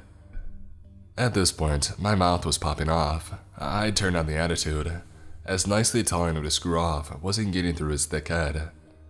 Again, we walked in silence for a moment. "You don't have to be so mean," he began. "You're really beautiful. What happened to your face? Why do you have those scratches?" I then decided to try and intimidate him or scare him away. "I did it to myself," I told him. "Why? You're too beautiful for that, girl. Don't do that to your face. You'll take away from your beauty," he replied. He then asked what I was doing in Dallas and wanted to know what I was doing that night. I told him no and that I was on my way to the loony bin because I'm freaking crazy. I then stated that he didn't want these problems. And again, I'm not the one. I'm almost there. He ended up following me to my room, continuously telling me that he wanted to get to know me and that he wasn't going to hurt me. I kept up my attitude with my responses and declining his advances. He followed me all the way to my room. I couldn't roll my suitcase in, and again, I ended up dropping my things. He picked them up and I opened the door. He then just walked into the suite and put my things in the living area. Thanks, I guess, I told him, keeping the door open behind me. He then mentioned again that we should hang out that evening. I declined once more and mentioned that I have a flight out in the morning. I was mostly interested in going to bed. He stood across the room from me, and again we found ourselves sitting in silence. So, you really don't want to be friends, he said, again repeating that he wasn't going to hurt me and that not everybody in the world is bad. I was sick of it at this point and told him to leave. He sat on the couch in the living area, unfazed by my attitude towards him. You smoke? I can roll us one, he offered. I'd have to go back to my room to get it for us. Perfect, I thought. If I say yes, I can get him out, turn out all the lights, and not answer the door when he comes back. I told him, sure, go get it. He then asked if I would let him hit it when he gets back. I busted out laughing and told him, nah, I'm not the one. I told you that I don't want to make money with you. For those of you who may not be familiar with what's going on, he was trying to take me for a test drive. A pimp's got to test his goods before he distributes the product. A poor time makes for bad business. I may have seemed cool as a cucumber on the outside, but inside, I was shook by this whole situation and felt extremely uncomfortable. Again, he told me how much money I would make. At this point, alarms were blaring in my head. This man needed to leave. This had gone too far and I didn't feel right. What's your name? I asked. He told me a street name. Nah, I don't play that. Give me your ID. If I was about to get kidnapped or murdered, that information would be crucial. He did. His name was Donovan. I noted his birth date and tried to retain the ID number. I handed his ID back to him. We sat in silence once more, him still on the couch, me standing by the still open door. My eyes never diverting from him, watching his every move. So you're not going to let me hit it then? He asked. Once again, I rejected the statement and said that he could leave any time. I also reminded him that I'm freaking crazy and he should probably leave me because he was pissing me off at this point. I wanted to go to bed. I wanted to get out of fight or flight mode. I wanted to beat the crap out of this man. To be honest, looking back, I think he liked the attitude. I flipped the switch and turned off the attitude and then decided to tell him, you know what, yeah, we can chill. Go roll the blunt. I could use one. We can chat and get to know each other. See where it leads. He smiled and said, right, cool, and told me that he would be back. I immediately closed and locked the door behind him, texted his information to a couple of friends and my mom without context, grabbed a knife from the kitchen, and checked to make sure that all the windows were locked. At this point, it had been an hour since I had checked in. It took about 20 minutes to walk to and find my room from the front of the lot. The rest of the time was spent convincing him to leave my room. All this time, my mom had been blowing me up, worried that I didn't make it to my hotel safely. I called her and explained what had happened. She then proceeded to hang up on me, call the front desk, demanded I get a room next to the lobby, and alerted them of what happened to me. I don't know if he ever came back, as the manager was there within minutes and drove me to my new room. She apologized and stated that the man was there often and never caused any problems. This statement raised more questions than answers for me.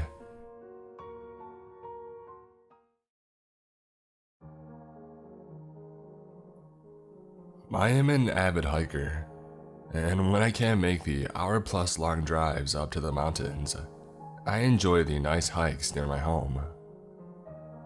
This one particular hike near my home is 5 miles in many different directions, like a Goosebumps book of sorts for hiking. You can only see the trees and the greenery on one hike, or a massive waterfall on another, follow the river on another, see the abandoned and dilapidated mills from decades ago, etc. I went to the waterfall this time. I was about 2.5 miles in and I sat down and did some work, enjoying the serenity. When I was ready to leave, I looked around and saw a family, a father, a mother, and 3 kids near me. I packed my things back in my day pack as they left. I am a major people hater. I prefer to hike in areas where there are no people for miles. I chose to go a different way back to the trailhead than the way I came because I didn't want to run into this family for the next 2.5 miles. I checked my map on my cell phone and found a route that I could take back that seemed remote enough. I immediately noticed that this trail was not man-made, but just probably what was left after some flooding. It was going upriver away from the waterfall, and I was so close to the river. All I had to do was walk out onto a bent tree and I could touch the water. It was a very thin trail, not big enough for people to walk side by side, and it was covered in thick roots. I enjoyed this and it was peaceful. I passed some girls who had hooked up hammocks to read in about 20 feet to my right after I had hiked this little path for a while, and I had nothing but the sound of the slow-flowing river to my left, until I heard lots of footsteps coming from behind me. I didn't want to deal with the people behind me, so I stepped out onto a tree that hung over the river and waited for them to pass. It was that dang family from the waterfall. I could have sworn that they went the complete opposite direction, but whatever. I waited a few minutes before I started walking again. I did not want to run into them. Pretty soon, their voices disappeared in the distance, and I was able to go back to enjoying the peace and beauty around me. I hiked for another 5 or so minutes when I had to turn a sharp corner around a boulder at a major bend in the river. This man, the father, was standing there on the other side, crouched down, like he wanted to scare me. I screamed and he laughed. I got really angry and I noticed that his family were nowhere near us. I yelled, "What the heck is wrong with you?" at him, not bothering to control my anger being snuck up on by some stupid human. But he wouldn't stop laughing. I realized that I was dealing with an idiot or a psychopath and I didn't want to deal with either. So I turned around and I booked it. I could hear him behind me, following me. He wasn't a very big man.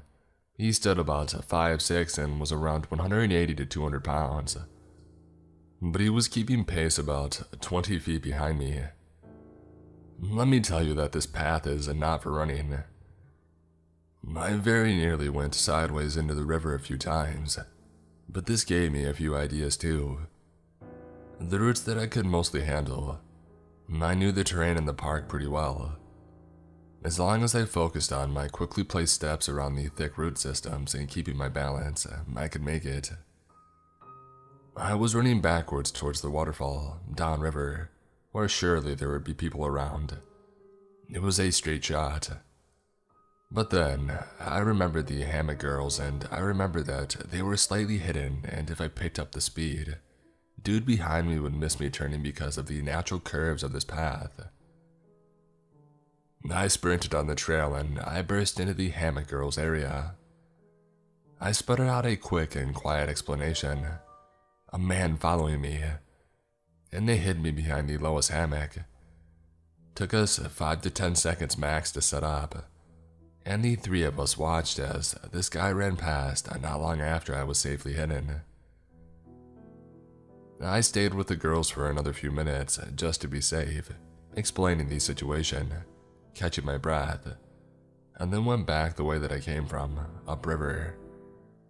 I did not want to run into this dude again. Oh, but you think this is over? No. As I again hiked upriver on the trail, my original remote path back to the trailhead, I tried to calm myself down. I just couldn't get my mind to stop thinking that I was being followed. I just tried to hurry and get out of there as fast as I could. I turned a sharp right at the boulder that the man was hiding behind before, and kept pushing through the rough trail. I tried to focus on the sound of the river that was still to my left, but I couldn't get the sound of my heart out of my ears. And then crunching. The sound of my pounding heart morphed into the sound of footsteps in an instant, I realized that I was being followed again. I looked back and guess who? This dang father again. I got mad as hell. I stopped and turned around. I yelled at him to stop following me, and I screamed bloody murder at him. I yelled profanities at him. I threw a dang pine cone at him. He smiled a toothy grin and kept walking slowly towards me as it bounced off his shoulder. He wasn't fazed by any of it. He just kept smiling as if we were an old friend. What he did not know is that I am an Army combat veteran and a domestic violence survivor. I have PTSD from both, and I have skills that many don't have. Dude chose the wrong girl to mess with that day. I had had enough. I already hate people enough, but this guy was just crossing a million lines into my freaking territory. So I charged at him. He finally wiped that stupid look off his face. I was seeing red at that point because I would not be made to feel unsafe in the only place I've felt safe since I've got divorced or went to war. Forget that dude. Seriously, F that dude. I ran directly at him and knocked him down with the full force of my body crashing into him. I screamed at him as I hit him blindly. I grabbed his hair in the waistband of the back of his pants and started dragging him to the edge of the trail. He was the one yelling at me this time. Every time he fought back, I gave him a swift kick. I gave him several explanations for why his behavior was so stupid, and then I unceremoniously kick-pushed him into the river. I told him to cool off in the water and to not come out until I was long gone. I turned back in the direction that I had been walking before and decided that I needed to take another detour, just to be safe from getting away from him, and also to get the F away from people. I knew there was a trail parallelish to the one that I was on to my right, and I looked around for a clear place to climb up the steep hill, which was mostly granite and moss and ivy. I hadn't planned on impromptu rock climbing that day, but whatever. I found a spot and started climbing until I got scared of my wits again by three guys just sitting in the middle of this hill on a very small mossy flat spot smoking weed. They were completely hidden. Once I caught my breath again from the shock and the climbing, I asked if they had heard me screaming and they said that they did, but that they thought that I had it covered. I rolled my eyes and told them to kick anyone down the hill that tried to follow me, and I continued on. Freaking stoners, man. It took me a while to cover the 2.5 miles back to the trailhead that day, because I kept looking back, taking detours, hiding randomly. But when I did, I called the cops and alerted the park ranger about the guy. I don't know any other details on that. The cop laughed and said, "Hey, good for you," when I told him what I did. I honestly doubt they did much because I never heard back. I haven't been back to that place since, sadly. I just want to state before I post this that I don't agree with any violence, but it was getting out of hand there without it. I just wanted to hike in peace, and I would absolutely prefer if I could do it alone and safely. Also, thanks Cheez-Its for those hammock girls. Also, +1, if that man was you, F off, you creep.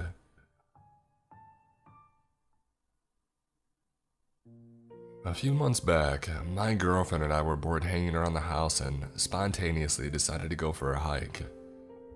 We don't go hiking often, but the idea appealed to both of us. And even though there was only about an hour of daylight left, we figured we had enough time to go enjoy a hike before it got too dark. We quickly filled up our water bottles and put on the best walking shoes we had, and we were out the door, driving up into the mountains. Around my area, there are many hiking trails with the variety of trails increasing as you go up in the mountains. We tended to stay around the base of the mountains in the occasional case of us hiking, where most people would still be walking. But we wanted to change things up and regressed further up the mountain road to a trail a friend of mine had mentioned. We kept in mind our time and figured that we could hike for a bit and simply enjoy the nice environment around us, and finish up before it was too late. We arrived at the trailhead and see that there were no cars left along the road where the trail commences, but didn't think much of it due to the time. We still had a good 45 minutes until dark, so we continued on. We start walking down a fairly steep hill that then recoups the elevation at the bottom, with an equally steep hill that you have to ascend. We reach the top and then it's smooth sailing from there. We see a lone coyote off the trail a ways off and some rabbits, and I made a quip about how those rabbits might need to be careful with that coyote lurking around, and she playfully hit me for that one. Approximately less than a mile into the trail, we see a large fallen tree that made a bridge over a dried riverbed, and decided to take a rest and climb around on it and take pictures. We're there for about 10 minutes and then resume hiking. We continue on the trail for a short distance until she hears a rustle in the trees behind us. We stop, mildly spooked due to the assumed size of whatever made that rustling, but continue on only briefly before she decides she's done and that we need to head back. It's twilight now, so I agree with her and we turn around to head back to the car. When we made it back to the fallen tree, my shoe had come untied, so I used the trunk to fix my loose laces, and looked behind us for the first time on the hike. It's uncharacteristic of me, but hey, I was having fun, why be paranoid? I see a person dressed entirely in black with their hood on, that was a significant distance behind us, walking at a slow, even pace. It wasn't something out of the ordinary, so what if they're wearing black with their hood on? I wear black most of the time and it's cold out. I shouldn't make assumptions. This does trigger me to be more alert, however, and I inform my girlfriend of this person's presence. It's now dusk. We continue on at an intentionally faster pace and go through a winding section of the trail, and I lose sight of the person. When we come around the final bend of the section, I figure they're far behind us and that there's nothing to worry about. Sooner than later, the person is behind us again, but much closer. Probably 50 feet in comparison to 100 feet before, and we had increased our speed, so this alarmed us. We briskly walk around another bend, and as soon as we come around it, we book it. It seemed to be a natural reaction on both of our parts as we just started running without a word said to initiate it. We are nearing the trailhead now, with only the hills to deal with. We catch our breath for a moment and I turn around again.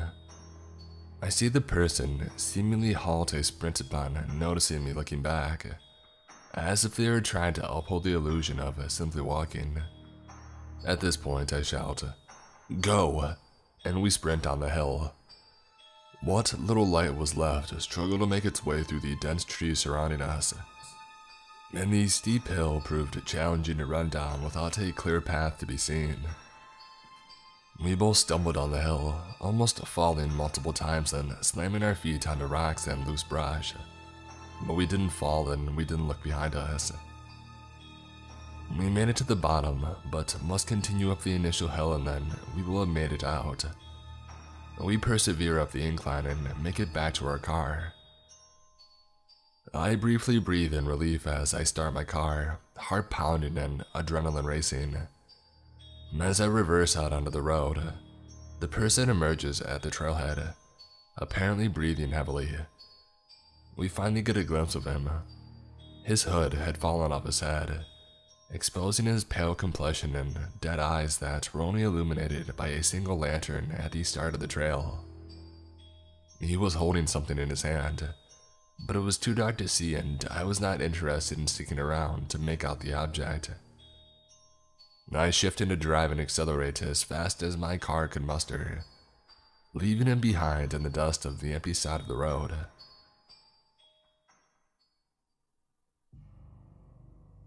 This happened last fall when the weather was cooling down but wasn't too cold. I was going through a breakup and having a rough time in life in general, and I was seeking ways to become more independent and grow myself. So, I decided to run to a park 30 minutes away from my city to enjoy the sunset. This was in November, so the park was almost completely empty. I passed 2 cars while driving in. One was empty, but I noticed that the second car I passed was parked in the parking lot, with the headlights on. I couldn't see how many people were inside, but I instantly got a bad feeling. Whatever I'd told myself, I was being silly and that I shouldn't let stupid fear prevent me from enjoying the sunset. So I drove all the way into the park and parked my car in the parking lot where the road ended. I still had a nasty feeling when I parked, but the sun was still up and it wasn't dark, and I just wanted to get out for 5 minutes and hike up the trail to sit outside. I told myself there was nothing to worry about and I didn't need to be suspicious unless the car followed me to the parking lot. I waited a couple of minutes and nothing happened, so I left my car and I headed up the trail. I honest to God didn't go that far. I walked for maybe 2 minutes up to a bench at an overlook and sat for 5 or 10 minutes. It started to get a little bit darker since the sun had gone down. Think like early dusk. And so I turned around and I walked the 2 minutes back down the path to the parking lot. There was a little bend in the path before it got to the lot, and as soon as I rounded the bend, my stomach fell. The car was sitting between the trailhead and my car. I can't even describe just how terrifying that feeling was. I knew something was wrong in that very moment. I called my mom and then I called the police and asked them to come to my car because I didn't feel safe returning to my car alone. For reference, I am a short and skinny girl. After speaking to the police officer, I called my mom again and stayed on the phone with her for 30 minutes waiting up the trail for an officer. Those minutes were some of the most dreadful minutes I had ever experienced. It was a park, so there were coyotes howling nearby, and an owl. It was getting darker every second, and I was just staring down the path, waiting for whoever was in the car to decide to come looking for me. After what felt like an eternity, an officer finally arrived. I saw his lights and finally headed back down the trail to my car. Sure enough, there was a man sitting in the driver's side of the car in the lot. The officer told me the man was just sleeping, but I'm not so sure. I passed his car while I was driving and he followed my car to the parking lot that I was in. There were plenty of empty lots to sleep in. If somebody decided to sleep in their car in a park, which I think is illegal anyway, I don't think they would choose to park right next to another car. Not to mention, I had only been away from my car for maybe 15 minutes at the most, and he had parked between the trailhead and my car.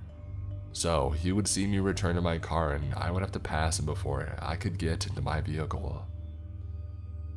The whole situation scared me from ever going to the park alone again.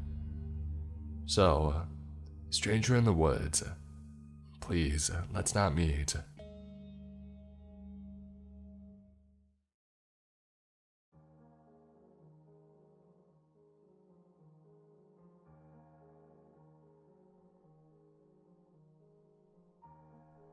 This happened 2 years ago, August 11th, 2018, and since the anniversary just passed, I thought I should finally share this story.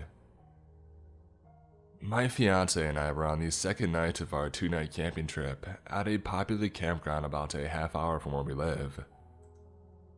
On our first night, we kept hearing noises in the woods around us. The campsite right beside ours to the right was occupied, but the one to the left was not. The campsites are about 150 yards apart and we had camped here in the same exact plot the year before.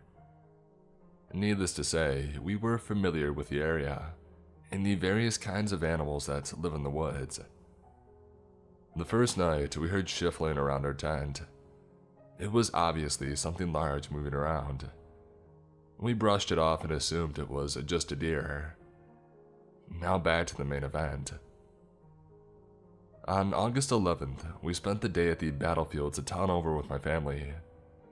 They had all been invited to join us for the day by my fiance, as a surprise for me while he proposed to me. We stayed with my family into the evening, about 6 p.m., before heading back to our campsite. When we got back, things were really odd. Someone had obviously been in our tent. Our blankets were thrown around, clothes were on the floor, and my backpack had been rearranged and I was missing underwear. But hey, we were stupid 19-year-olds and decided that since whoever had busted in had left and hadn't taken anything important, it was fine and they wouldn't come back. So we set up a campfire and sat out until it was dark, roasting hot dogs and s'mores, smoking cigarettes and celebrating our engagement. Around 9:30 p.m., we put out our fire and decided to go into our tent for the night to celebrate a little more. Nothing too loud or obnoxious. Immediately after we finished, we started to hear the noises outside of our tent again, but this time we focused in. We heard clear footsteps and at one point a man whispering. We looked at each other and our eyes got wide. Someone was definitely walking outside of our tent. We were still and completely silent, just listening to the footsteps, and we heard whispering again. Crap. Make that 2 men walking around our tent. As if we had the ability to read minds, my fiance said, "I have to go to the bathroom," and I agreed. The bathroom was up the hill from our site. Most people who were in lower sites like ours drove their cars up to the bathroom. Now, here's the part I still get chills thinking about. We got up and were getting dressed. My fiance had just turned on the light in our tent and put his binder on when a man spoke directly to us from right outside of the tent. "What are you doing?" I can't even describe how malicious and menacing the voice sounded. It was clearly directed at us and he said it with a snicker. He was watching us through the walls of the tent. Again, for this part, we were stupid 19-year-olds, so we decided to just run for it to the car. My fiance grabbed his pocket knife and his keys and stepped out of the tent. He pulled me with him and we ran like hell to the car. I heard footsteps running behind us and then turning and running up to another campsite. At the bathroom, we talked over our options. We talked about sleeping in the car or driving into the town. And then we had another idea. We drove back to our campsite and began packing everything into the car. At this point, it was around midnight. We moved faster than I think either of us thought possible, wrapping up the tent with our belongings still in it and grabbing our folding chairs. We were all packed in 5 minutes and hopped into the car to leave. I jumped out at the end of the drive and grabbed our nameplate, which had my full name on it, off of the post. As we pulled out of the campsite, I saw our assailants for the first time. Stalking through the woods onto our campsite were 2 tall white men. I realized that these were the same men who had been driving past our campsite the whole time that we were there, just glaring at us and muttering to each other. One was wearing camo hunting gear, and the other was wearing a Confederate flag tank top. Both were carrying large hunting knives, unsheathed and at the ready. They turned when I saw our car driving away and one started to make chase while the other stopped him. I made eye contact with the man in camo, and he smiled the most terrifyingly evil smile at me and shook his head slowly. We drove the long way home, taking all the weirdest, hardest to follow roads and called my dad so he would know that we were coming. When we got home, we told my dad everything and he shrugged it off as us being paranoid. So I never told anyone else besides all of you now. I am convinced to this day that this was going to be a racially motivated attack. The campground was not heavily populated and my fiancé was the only non-white person at any of the campsites. It was no accident that the 2 men who had been shadowing us since our arrival and wore Confederate flags and had one on their truck decided to target the interracial couple. I still get cold chills when I think about how close we were to being killed or seriously hurt that night, and just how lucky we were that our reckless plan to just make a run for it worked. So, to those 2 men who start our campsite with the hunting knives, let's not meet. It was the summer right after I had graduated from high school. A good friend and I decided to try our hand at camping. We grew up in the greater Los Angeles area, so our knowledge of the great outdoors was nothing beyond the couple years we had in Cub Scouts of America, back when we were in elementary school. In other words, we had almost no idea what we were doing. We packed a tent, a couple of sleeping bags, supplies, etc., and headed off in his car. Note well that I grew up in the 80s, so this is a time before the wide prevalence of cell phones and the existence of other portable digital devices. We drove north on the 395 for about 6 hours and then headed westward into the mountains in the area of Inyo Canyon. First mistake. We didn't plan on which place to camp. We played it by ear like fools. Second mistake. We left in mid-afternoon. It was pitch black darkness when we arrived in the general area. We had driven off the main road and onto a dirt road in order to find a spot to camp. The dust from driving on the dirt road overwhelmed the headlight high beams when we finally decided to pull over and set up camp. It was around 11:30 at the time, and we were exhausted and famished. Any place was a good spot to camp for us, given our only reason to do so at this point was our hunger and exhaustion. Third mistake. We didn't bring flashlights. We only had Bic lighters for our cigarettes. We tried to set up the tent using our lighters in the headlights of the car, which was parked about 10 to 15 feet away. The wind was blowing, so the lighter constantly went out after a few seconds, either directly because of the wind, or indirectly because the wind would push the flame into our thumb. Clearly, we were being camping idiots. We finished setting up the tent, but at that point I was too tired to eat. My friend managed to make some instant ramen. We smoked a cigarette in the car and then crashed out in the tent. We awoke to a very cold morning. It had to have been around 5:30. Immediately upon exiting the tent, we realized that we were camped at the entrance of a hiking trail.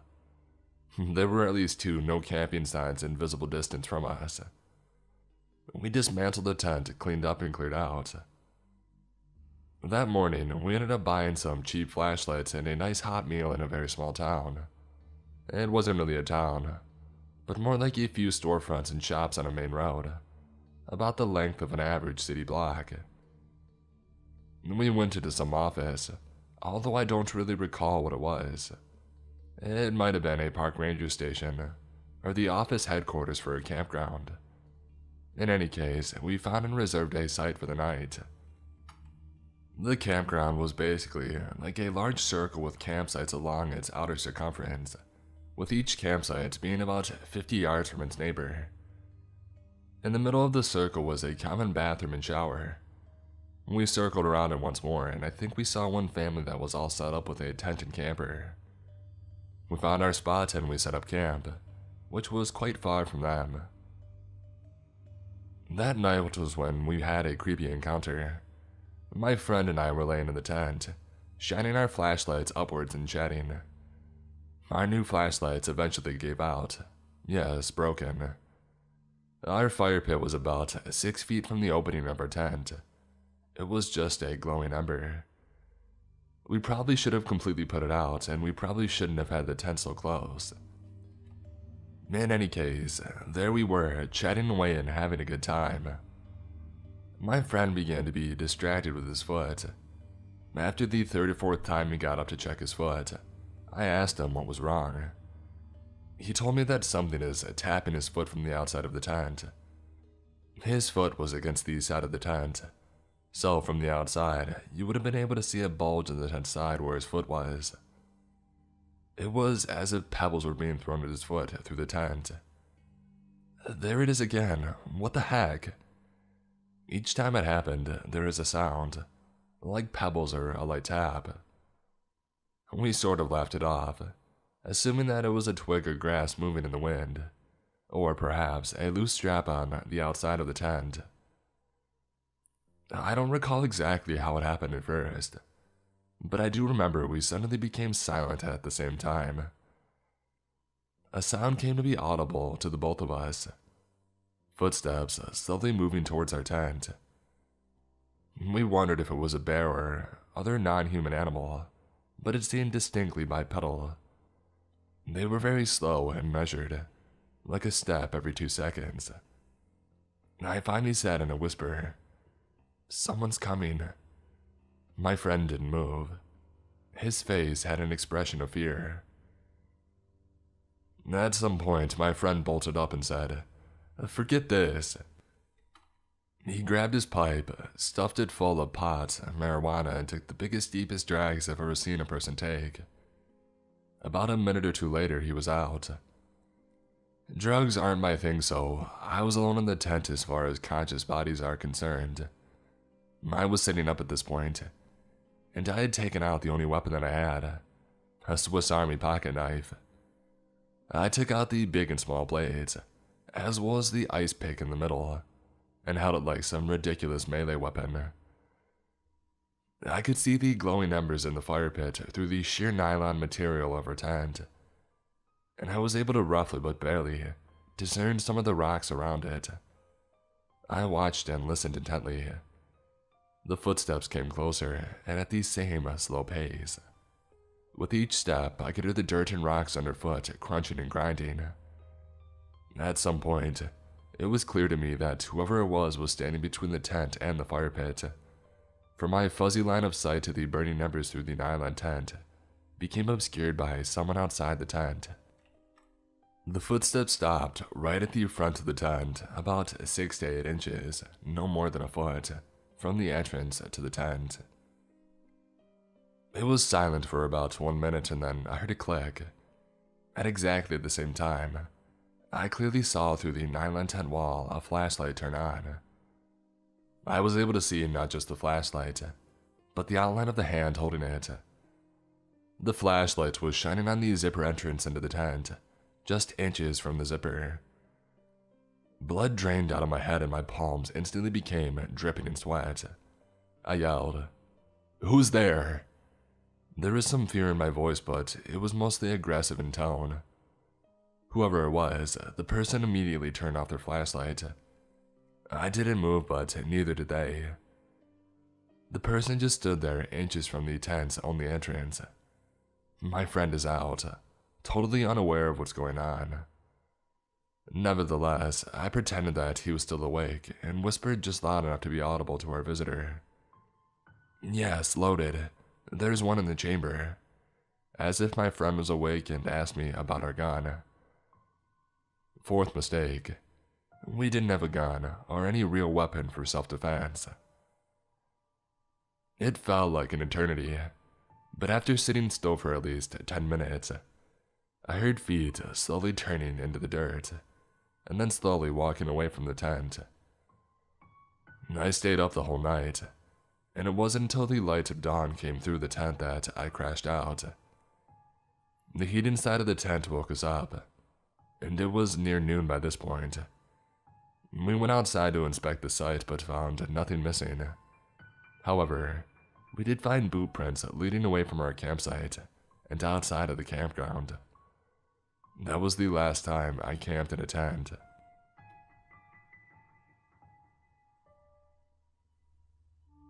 For a little background story, I am a scout since I am 8 years old, and last year I was the leader of my team, so I had to do all of the paperwork and calls for finding places to camp. It was mid-November and I had to find a place to camp, but since I was lazy, I decided to wait a week before the actual weekend. A week before the weekend, I decided to call some owners so I could have a place to sleep. As I call many numbers, all the owners are unavailable or simply not there. But then I see a number which I never called before, since it was at the end of the list. I called it and an old lady picked up the phone. I do the basics, presentations and all, and she agreed to let me and my team stay at hers, and we're making agreements. In the afternoon, I go to her property to check everything such as potable water, the place to put the tent and the campfire. The place is kind of dark, but it's nice. The week passes and Saturday finally arrives. The Saturday is going well and we had some great games and ate a lot. and we had a good night show. As they go to sleep in the tent, I stay awake to finish paperwork for the next day. It was now about midnight and I decided to go to sleep because we had to wake up early to go to church. As I switched off the flashlight, one of my newbies, we are 8 in total, wanted to go to the bathroom, aka a tree, and asked me to come with her. I can understand because it's better to be accompanied at night, especially in the woods. Well, she does her business and I suddenly hear some noises far away, but not that far. I tell myself that it's nothing. It must be some animals trying to find food. We go back to the tent, and that's when I hear footsteps approaching. As I hear those footsteps, I remain calm and tell myself, maybe it's the old lady just checking to see if we made a fire too close to the tent or something. But I still had an odd feeling because it's midnight, and why would she do it at this hour? Then I hear no more footsteps for about 10 minutes, and then I hear more coming to our tent. Thankfully, all of my girls are sleeping, because they would have been scared. I was the oldest and they were about 3 or 4 years younger than me. As I hear footsteps which seem to come from one person, I hear others coming from the back of the tent, and I was like, okay, this is getting weird, I need to do something. I checked the tent by the inside and thank God, one of my newbie had left some embers from the fire, so I could see what happens between the fire and the zip of my tent. A minute passes by, and a silhouette is there just between the fire and my tent. I stopped breathing. I literally froze. I started to move towards my phone when I saw the silhouette coming closer to the zip of the tent. I sent a message to one of my bosses who were always camping in the near areas if something happens. But I knew that she would take too long, so I had to think of something, and to think fast. That's when I had an idea. I put my alarm on like a big siren, because sometimes we would do like night games and wake up in the middle of the night.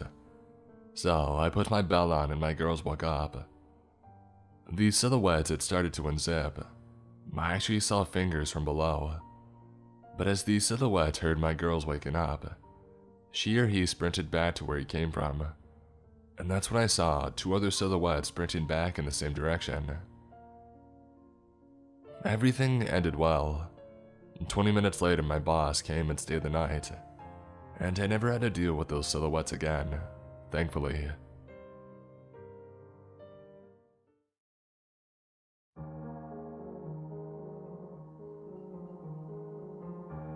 Hey guys, I've recently discovered this thread and have decided to tell you about a creepy event that had happened to me not too long ago.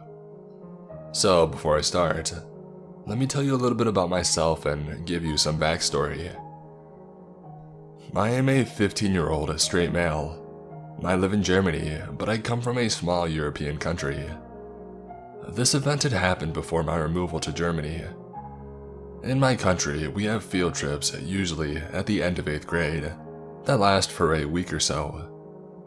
Now, I've had my fair share of stalkers, but nothing like this. It was September in 2014, and I went to a field trip to an island with my class. I was 14 at the time. There was this girl, Jane. Jane used to be a normal girl up until that point. She was always kind of shy and really kept to herself, but everybody liked her.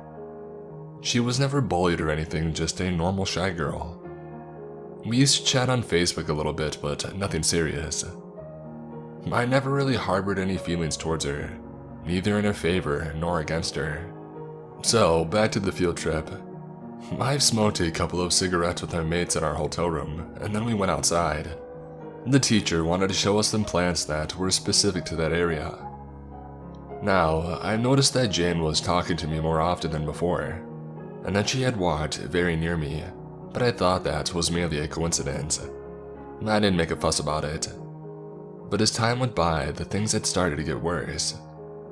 She started touching me, hugging me, and following me, respectively. On the 3rd day, we went on a cruise to a nearby island, and during the cruise, she was sitting next to me. She had a camera and was taking pictures of me. I've had zero sense of restraint at that point since I was young, and I didn't think much of it. I've noticed that she was taking a suspicious amount of photos, mostly of me, and I told her to calm down. And then she talked to me for an hour, but she didn't say anything interesting. She was mimicking the Irish and British accents to me, and basically blabbering stuff for approximately an hour. I was just smiling and replying with, "That's nice." In the following days, she started to hug me and made me feel uncomfortable. So one day I came to her and told her that we needed to talk in private. We went to the woods and I asked her if she was in love with me. She denied and kept saying that there had to be a misunderstanding, but I knew that there was something off about her. And then she told me her life story. She said that her mother is a schizophrenic and that she's severely depressed about it. I felt sorry for her, but I still told her that the touching was inappropriate. During our conversation, my mates wondered where I was and organized a searching party for me. They found us eventually, but she had decided to stay behind and let me go. I have no idea what she was doing after I left. On one occasion, I'm a little fuzzy on the details, sorry. She came into our hotel room asking for water, as if there wasn't any water in her own room. However, when she got the requested water, she refused to leave the room. We got rid of her by telling her that we're going out to have some fun. The next day, the harassing got even worse. She would follow me around and hug me again. The peak of her abnormal behavior happened in the evening. I took a walk with a friend of mine and turned around briefly, only to see her behind us. She was following us, I kid you not. I've never felt this kind of dread in my whole life. We had made our way down the shore and hid behind a big rock next to a police station. "We should go inside and tell the police that we have a stalker," my friend joked. Anyway, she couldn't find us and gave up finally. My best friend heard the story and went to her room to tell her to screw off. I was infuriated with him because it was rude of him, regardless of her actions. I'm usually not meek, but I thought that was horrible. Now I see that no matter how cruel that was, it was the right thing to do. I went to her room and apologized for my friend's actions.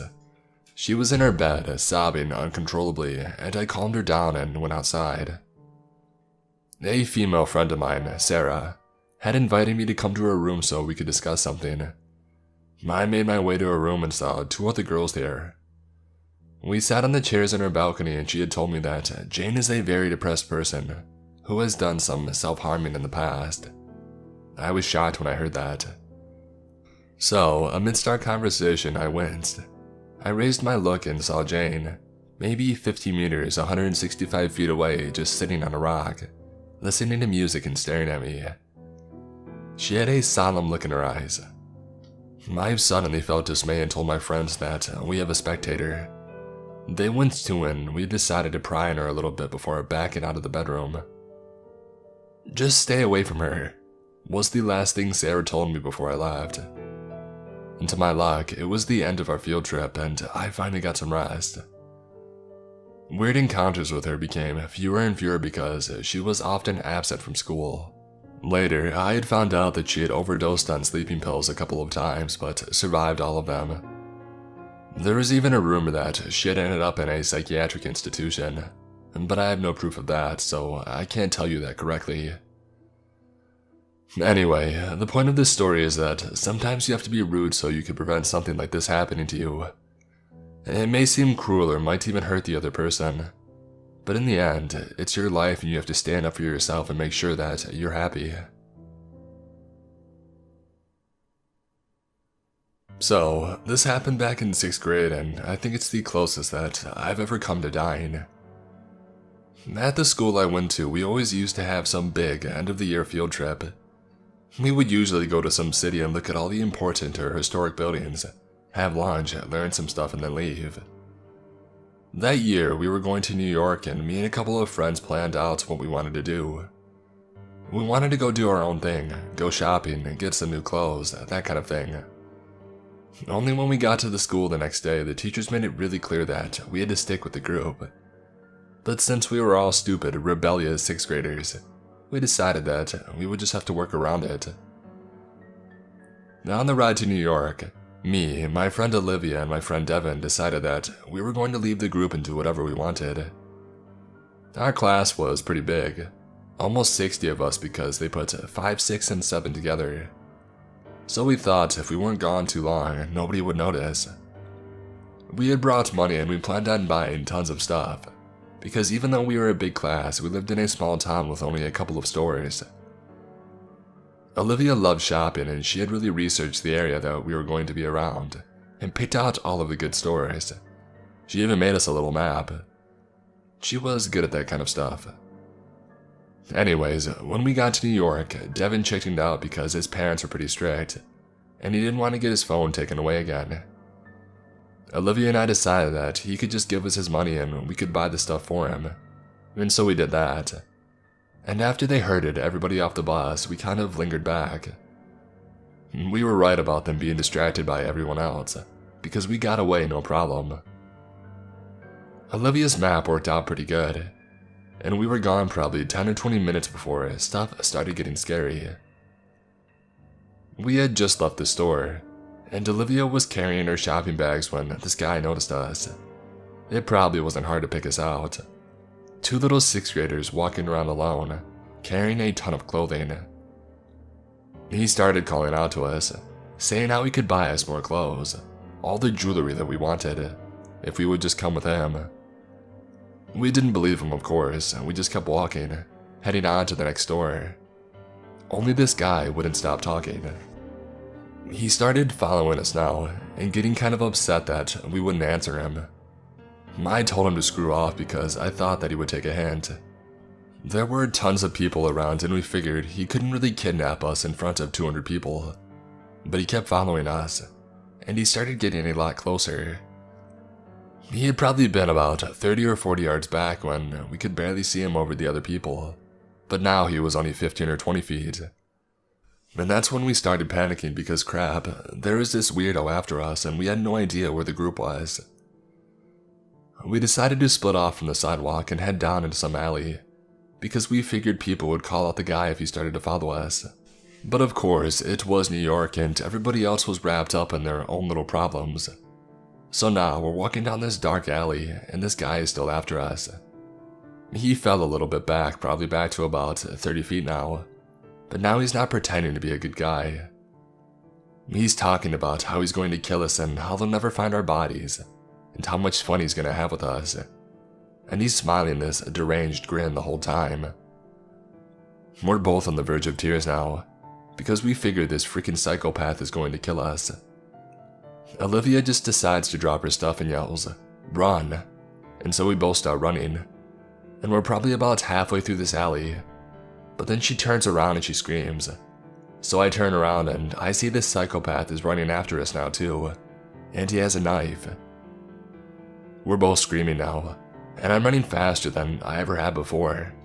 We just run out of this alley back into this crowd of people, and as we try to get into this group of people to make sure this guy can't stab us to death, I turn around and he's just standing back in the alley, smiling. And I turn back around and this random lady is asking what's wrong because we're both sobbing, and Olivia's dress is ripped and I'm bleeding because my arm scraped the wall, and we're crying so hard that we can't talk. As soon as we actually manage to talk, we tell her our school, and she looks it up and calls them, and we somehow manage to find our group again. And we're both forced to stay right next to the teachers because they don't trust us anymore, and honestly, I don't blame them. We didn't even tell them about the man though, and as soon as I got home, I'm grounded and my phone was taken away, but still, nobody but Olivia and I knows about that man. School ends a couple of days later and I get my phone back.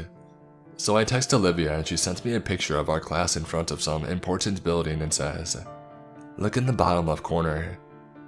And that man is in it. Mostly hidden behind some wall, but you can still see his face, smiling that deranged grin for the camera. We never really talked about the man again. I didn't want to bring it up and Olivia didn't either. I'm terrified of cities now though. I like to stick to a couple of towns near me and that's it. There's a lower chance of getting stabbed to death.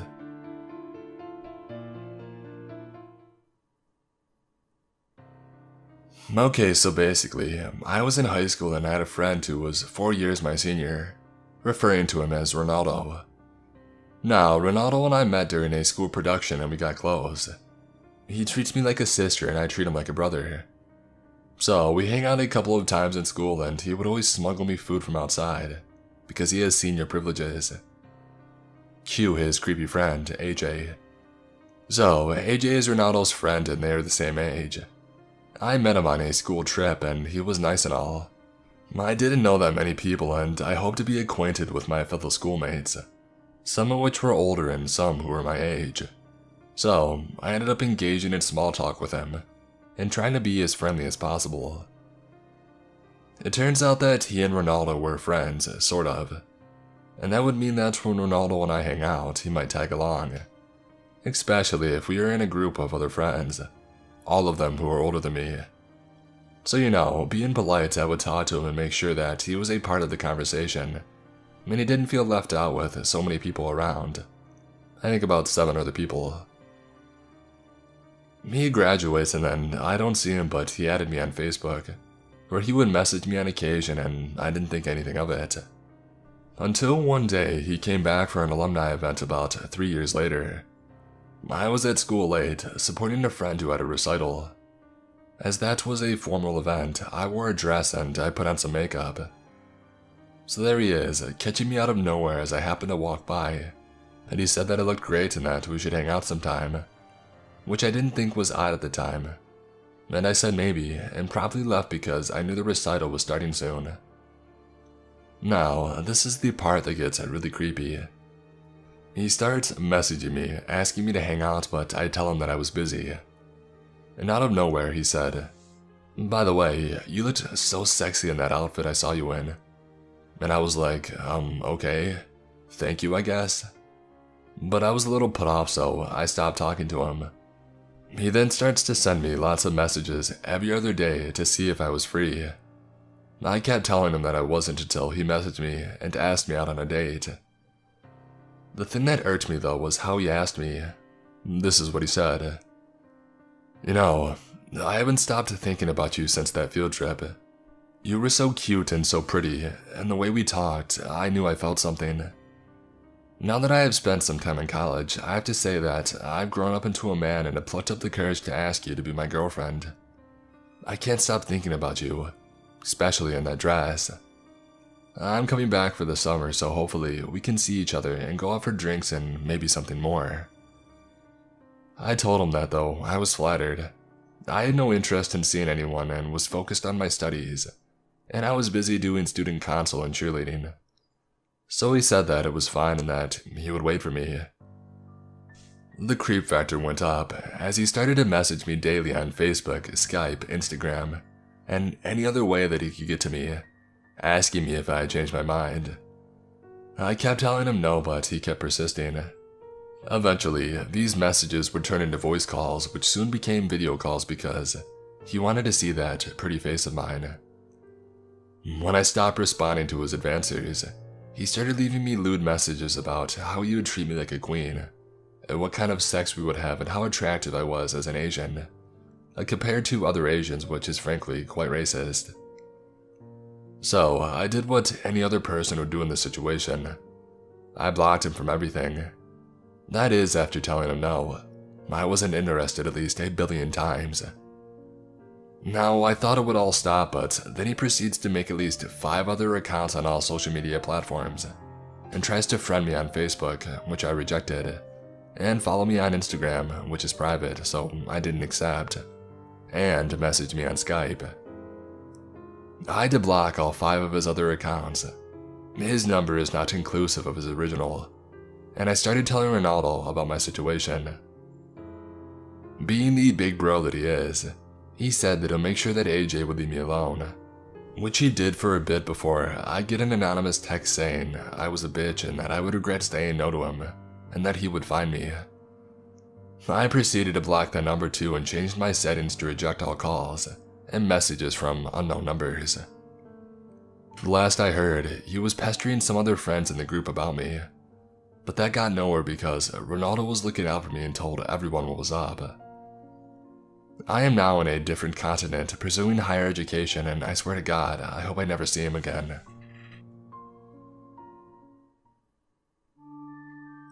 In my graduation year in high school, my class went to a trip to a beach town.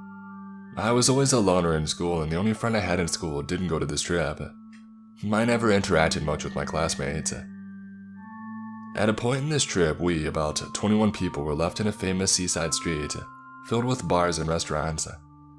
We were allowed to be free and have fun and eat and drink wherever we wanted. It was nighttime, and we could do as we pleased in that street until midnight. My classmates started grouping up and choosing places to eat and drink, and despair took over me as I hated grouping up. As always, I was alone and decided to wander around and find a place to have dinner by myself. Looking at the restaurants, I found a really cute one that served artisanal pasta, and it was empty. An old man was almost begging people to come take a look. I was such a good guy before this trip that I couldn't say no to not eating there, and I made the old guy and the owner happy. As I ate my tagliatelle with octopus, the worst dish I ever had, a hobo sat at the floor by me and started chatting. I was eating outside. I was such a good guy that I thought, oh, I don't need to pretend that he's invisible. He's a person just like me, and I chatted with him. He asked if the food was good and chatty things like this. When the owner saw the hobo, he came right at him, yelling at him to leave. I was like, no, it's fine, we're just talking, and they gave up. The hobo said that he was hungry and if I could buy him food, and I said yes. I told him that he had a restaurant that he really liked and he would like food from there. I offered him money. He denied and said that he couldn't buy the food himself because the people there don't like him. So I said, sure, let me finish here and I'll go buy it for you. He waited patiently. After I was finished, he guided me to the said restaurant. We passed by the more populous part of the street where some of the others were, and a classmate that I should allow myself to call a friend now asked where I was going with the hobo. I said that I was going to buy him food and that it was okay. She didn't appear to accept it, but I proceeded following the hobo. It was getting farther away, the street was becoming darker and it was with less restaurants. I told the hobo, are you sure it's around here? There doesn't appear to be any more restaurants. And he assured me that it was just around the corner. Just as we exchanged these words, I hear someone screaming my name in the distance. It was that friend. Michael, what are you doing there? Come back here right now. She appeared really distressed. Still clueless, I thought she also needed my help or had something to tell me. I told the hobo that my friend was calling and that I needed to go over there. But we're almost there. I have to go, and I ran to her. She said, are you crazy? Are you out of your mind? I'd been asking around and that guy is a really dangerous criminal around here. Come right back with me. And I was saved that day by my friend for what could have been a horrible end to me, or worse.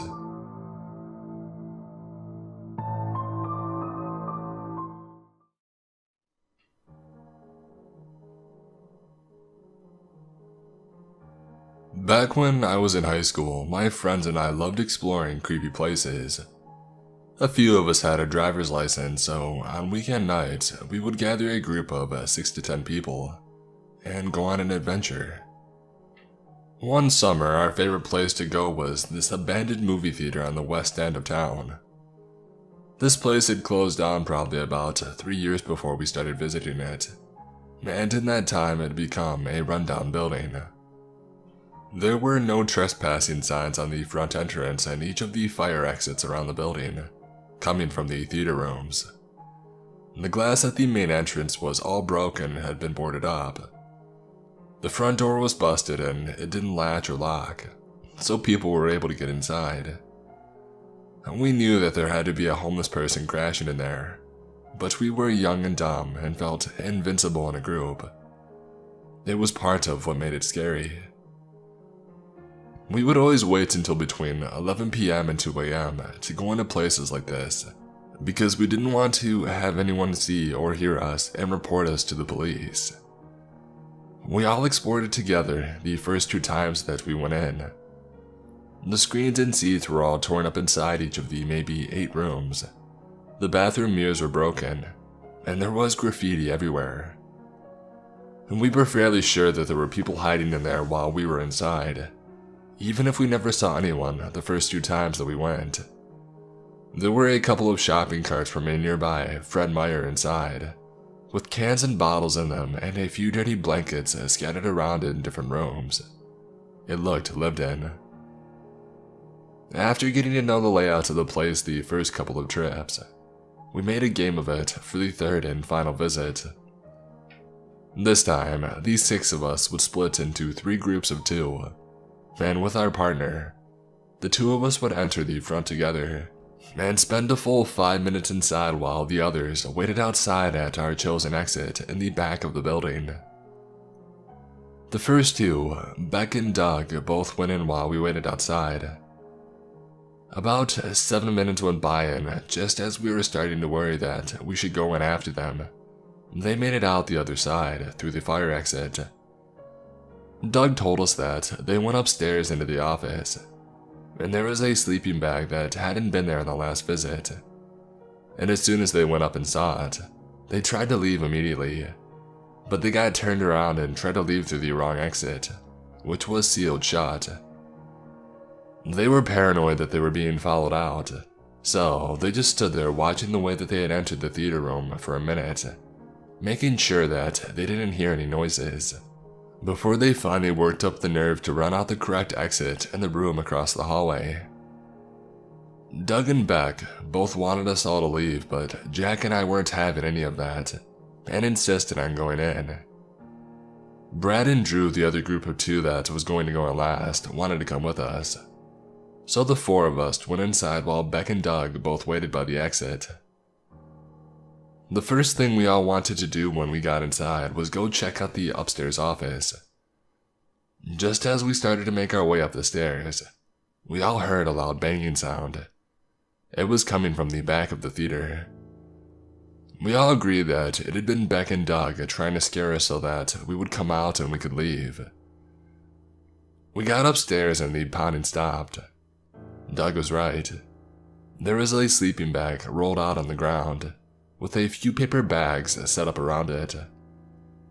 Brad flashed a light in one of them and saw a syringe, and something that looked like a vibrator. We were all pretty grossed out and had a little laugh about it. We looked around up there and didn't really notice anything else interesting, and we were starting back down the stairs when the pounding started again. We decided that we should probably make our way to the exit. I hoped that we hadn't been caught trespassing by the police. We came out through the exit, and immediately, both Doug and Beck were talking over themselves to tell us that about a minute after we had entered the theater, a really tall, creepy, homeless-looking man with greasy hair walked right past them, heading for the entrance. Beck said hello as he passed, and the guy stopped, turned and kind of lunged a few inches towards him before stopping. One side of his face was really wrinkly.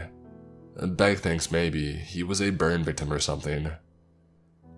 The guy stared him down for a second and then, without saying anything, turned and walked around the corner where we had gone inside. They started pounding on the door right after he was out of sight, to try and warn us that there is a scary dude in there with us. We were in there for about 5 minutes with this guy, and we never saw him. He had to have heard us and hid somewhere. We started to walk back to our car in the Fred Meyer parking lot, about 100 yards away from the theater, and a car pulled into the parking lot and shined its headlights on us, before flashing its red and blues. The police officer had us all sit down in front of the spotlight in front of his car, and asked us what we were doing. We told him that we were going to head inside the movie theater, but a really scary tall guy walked in and we chickened out. He told us that it was really dangerous to go into a place like that, and that there had been violence in the building before, and it would have been a shame if we would have got hurt doing something stupid. He let us go, and as we drove off, we saw him shining a light inside the front entrance. We took the nice police officer's advice and never went to places like this again. I never did find out what violence he was talking about. It could have just been a tactic to scare us out of coming back. We stuck to graveyards and cemeteries after this. Creepy dude that lives in condemned buildings. I'm glad I never actually met you. But thank you for getting me out of a ticket for trespassing. And thanks to everyone else hiding in the building for not assaulting myself or my friends.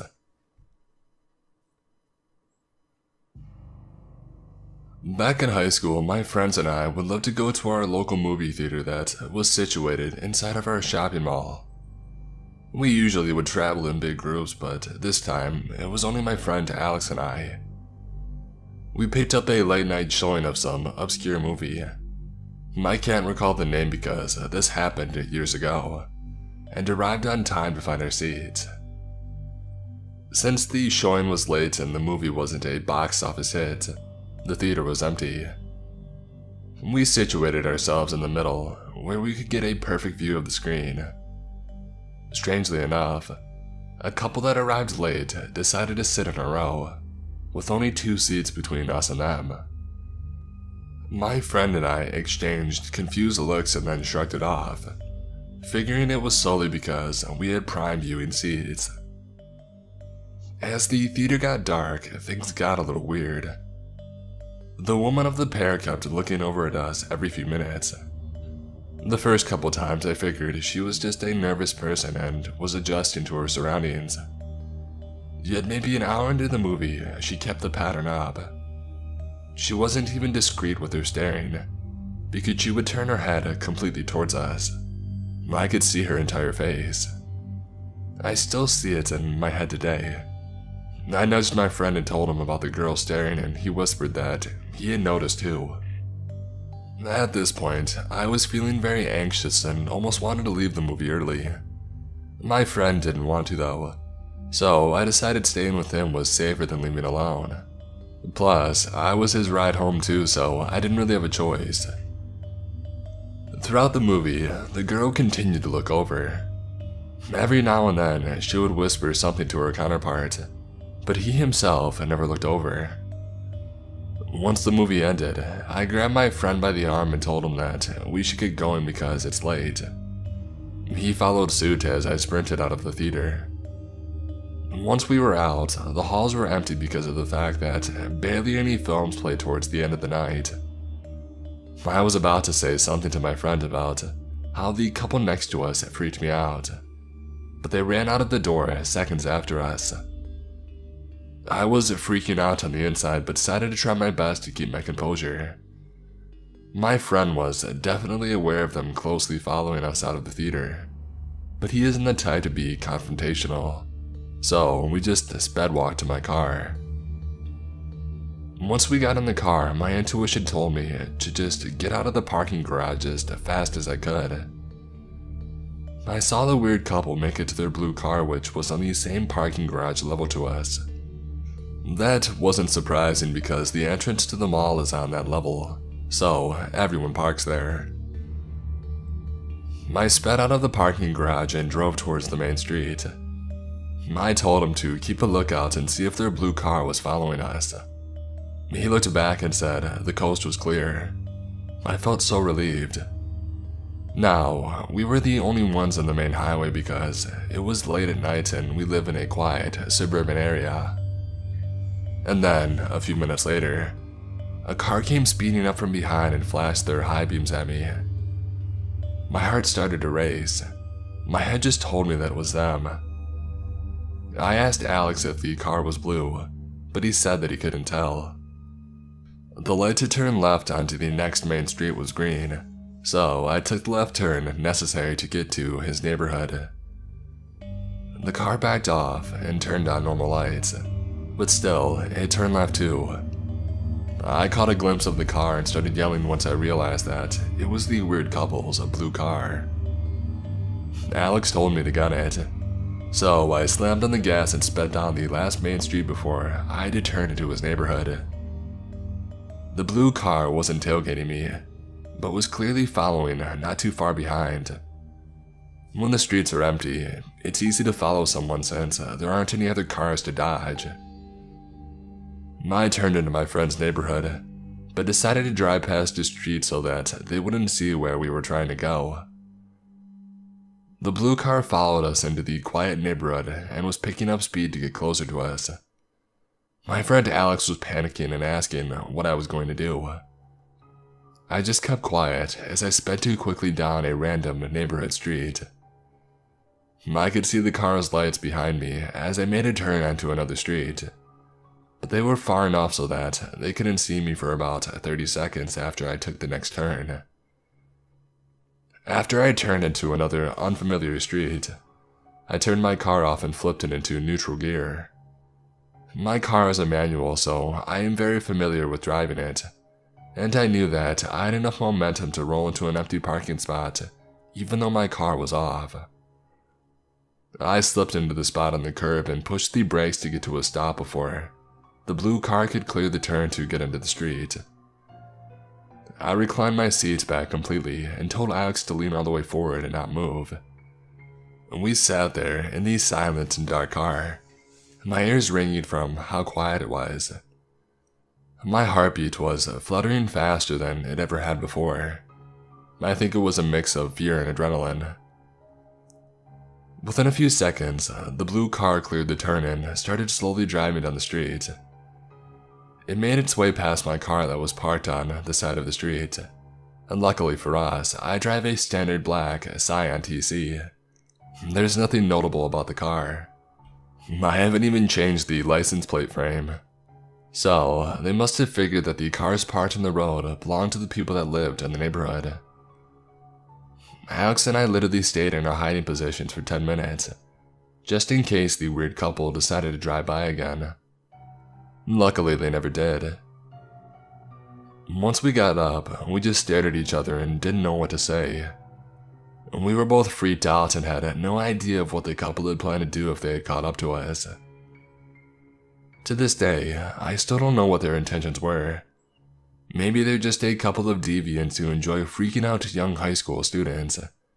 Or maybe they had even a more sinister plan for us. All I know is that I don't go to the theater late at night anymore, unless I'm with a big group of friends. For a little background, I am a shorter blonde female, and at the time of this story, I was 15. I was a freshman in high school and had a friend named Gino that I was super close with. More of a brother to me than a friend. Gino was a junior at the time and a varsity football player, so you can guess that he was in pretty good shape and could be intimidating if needed.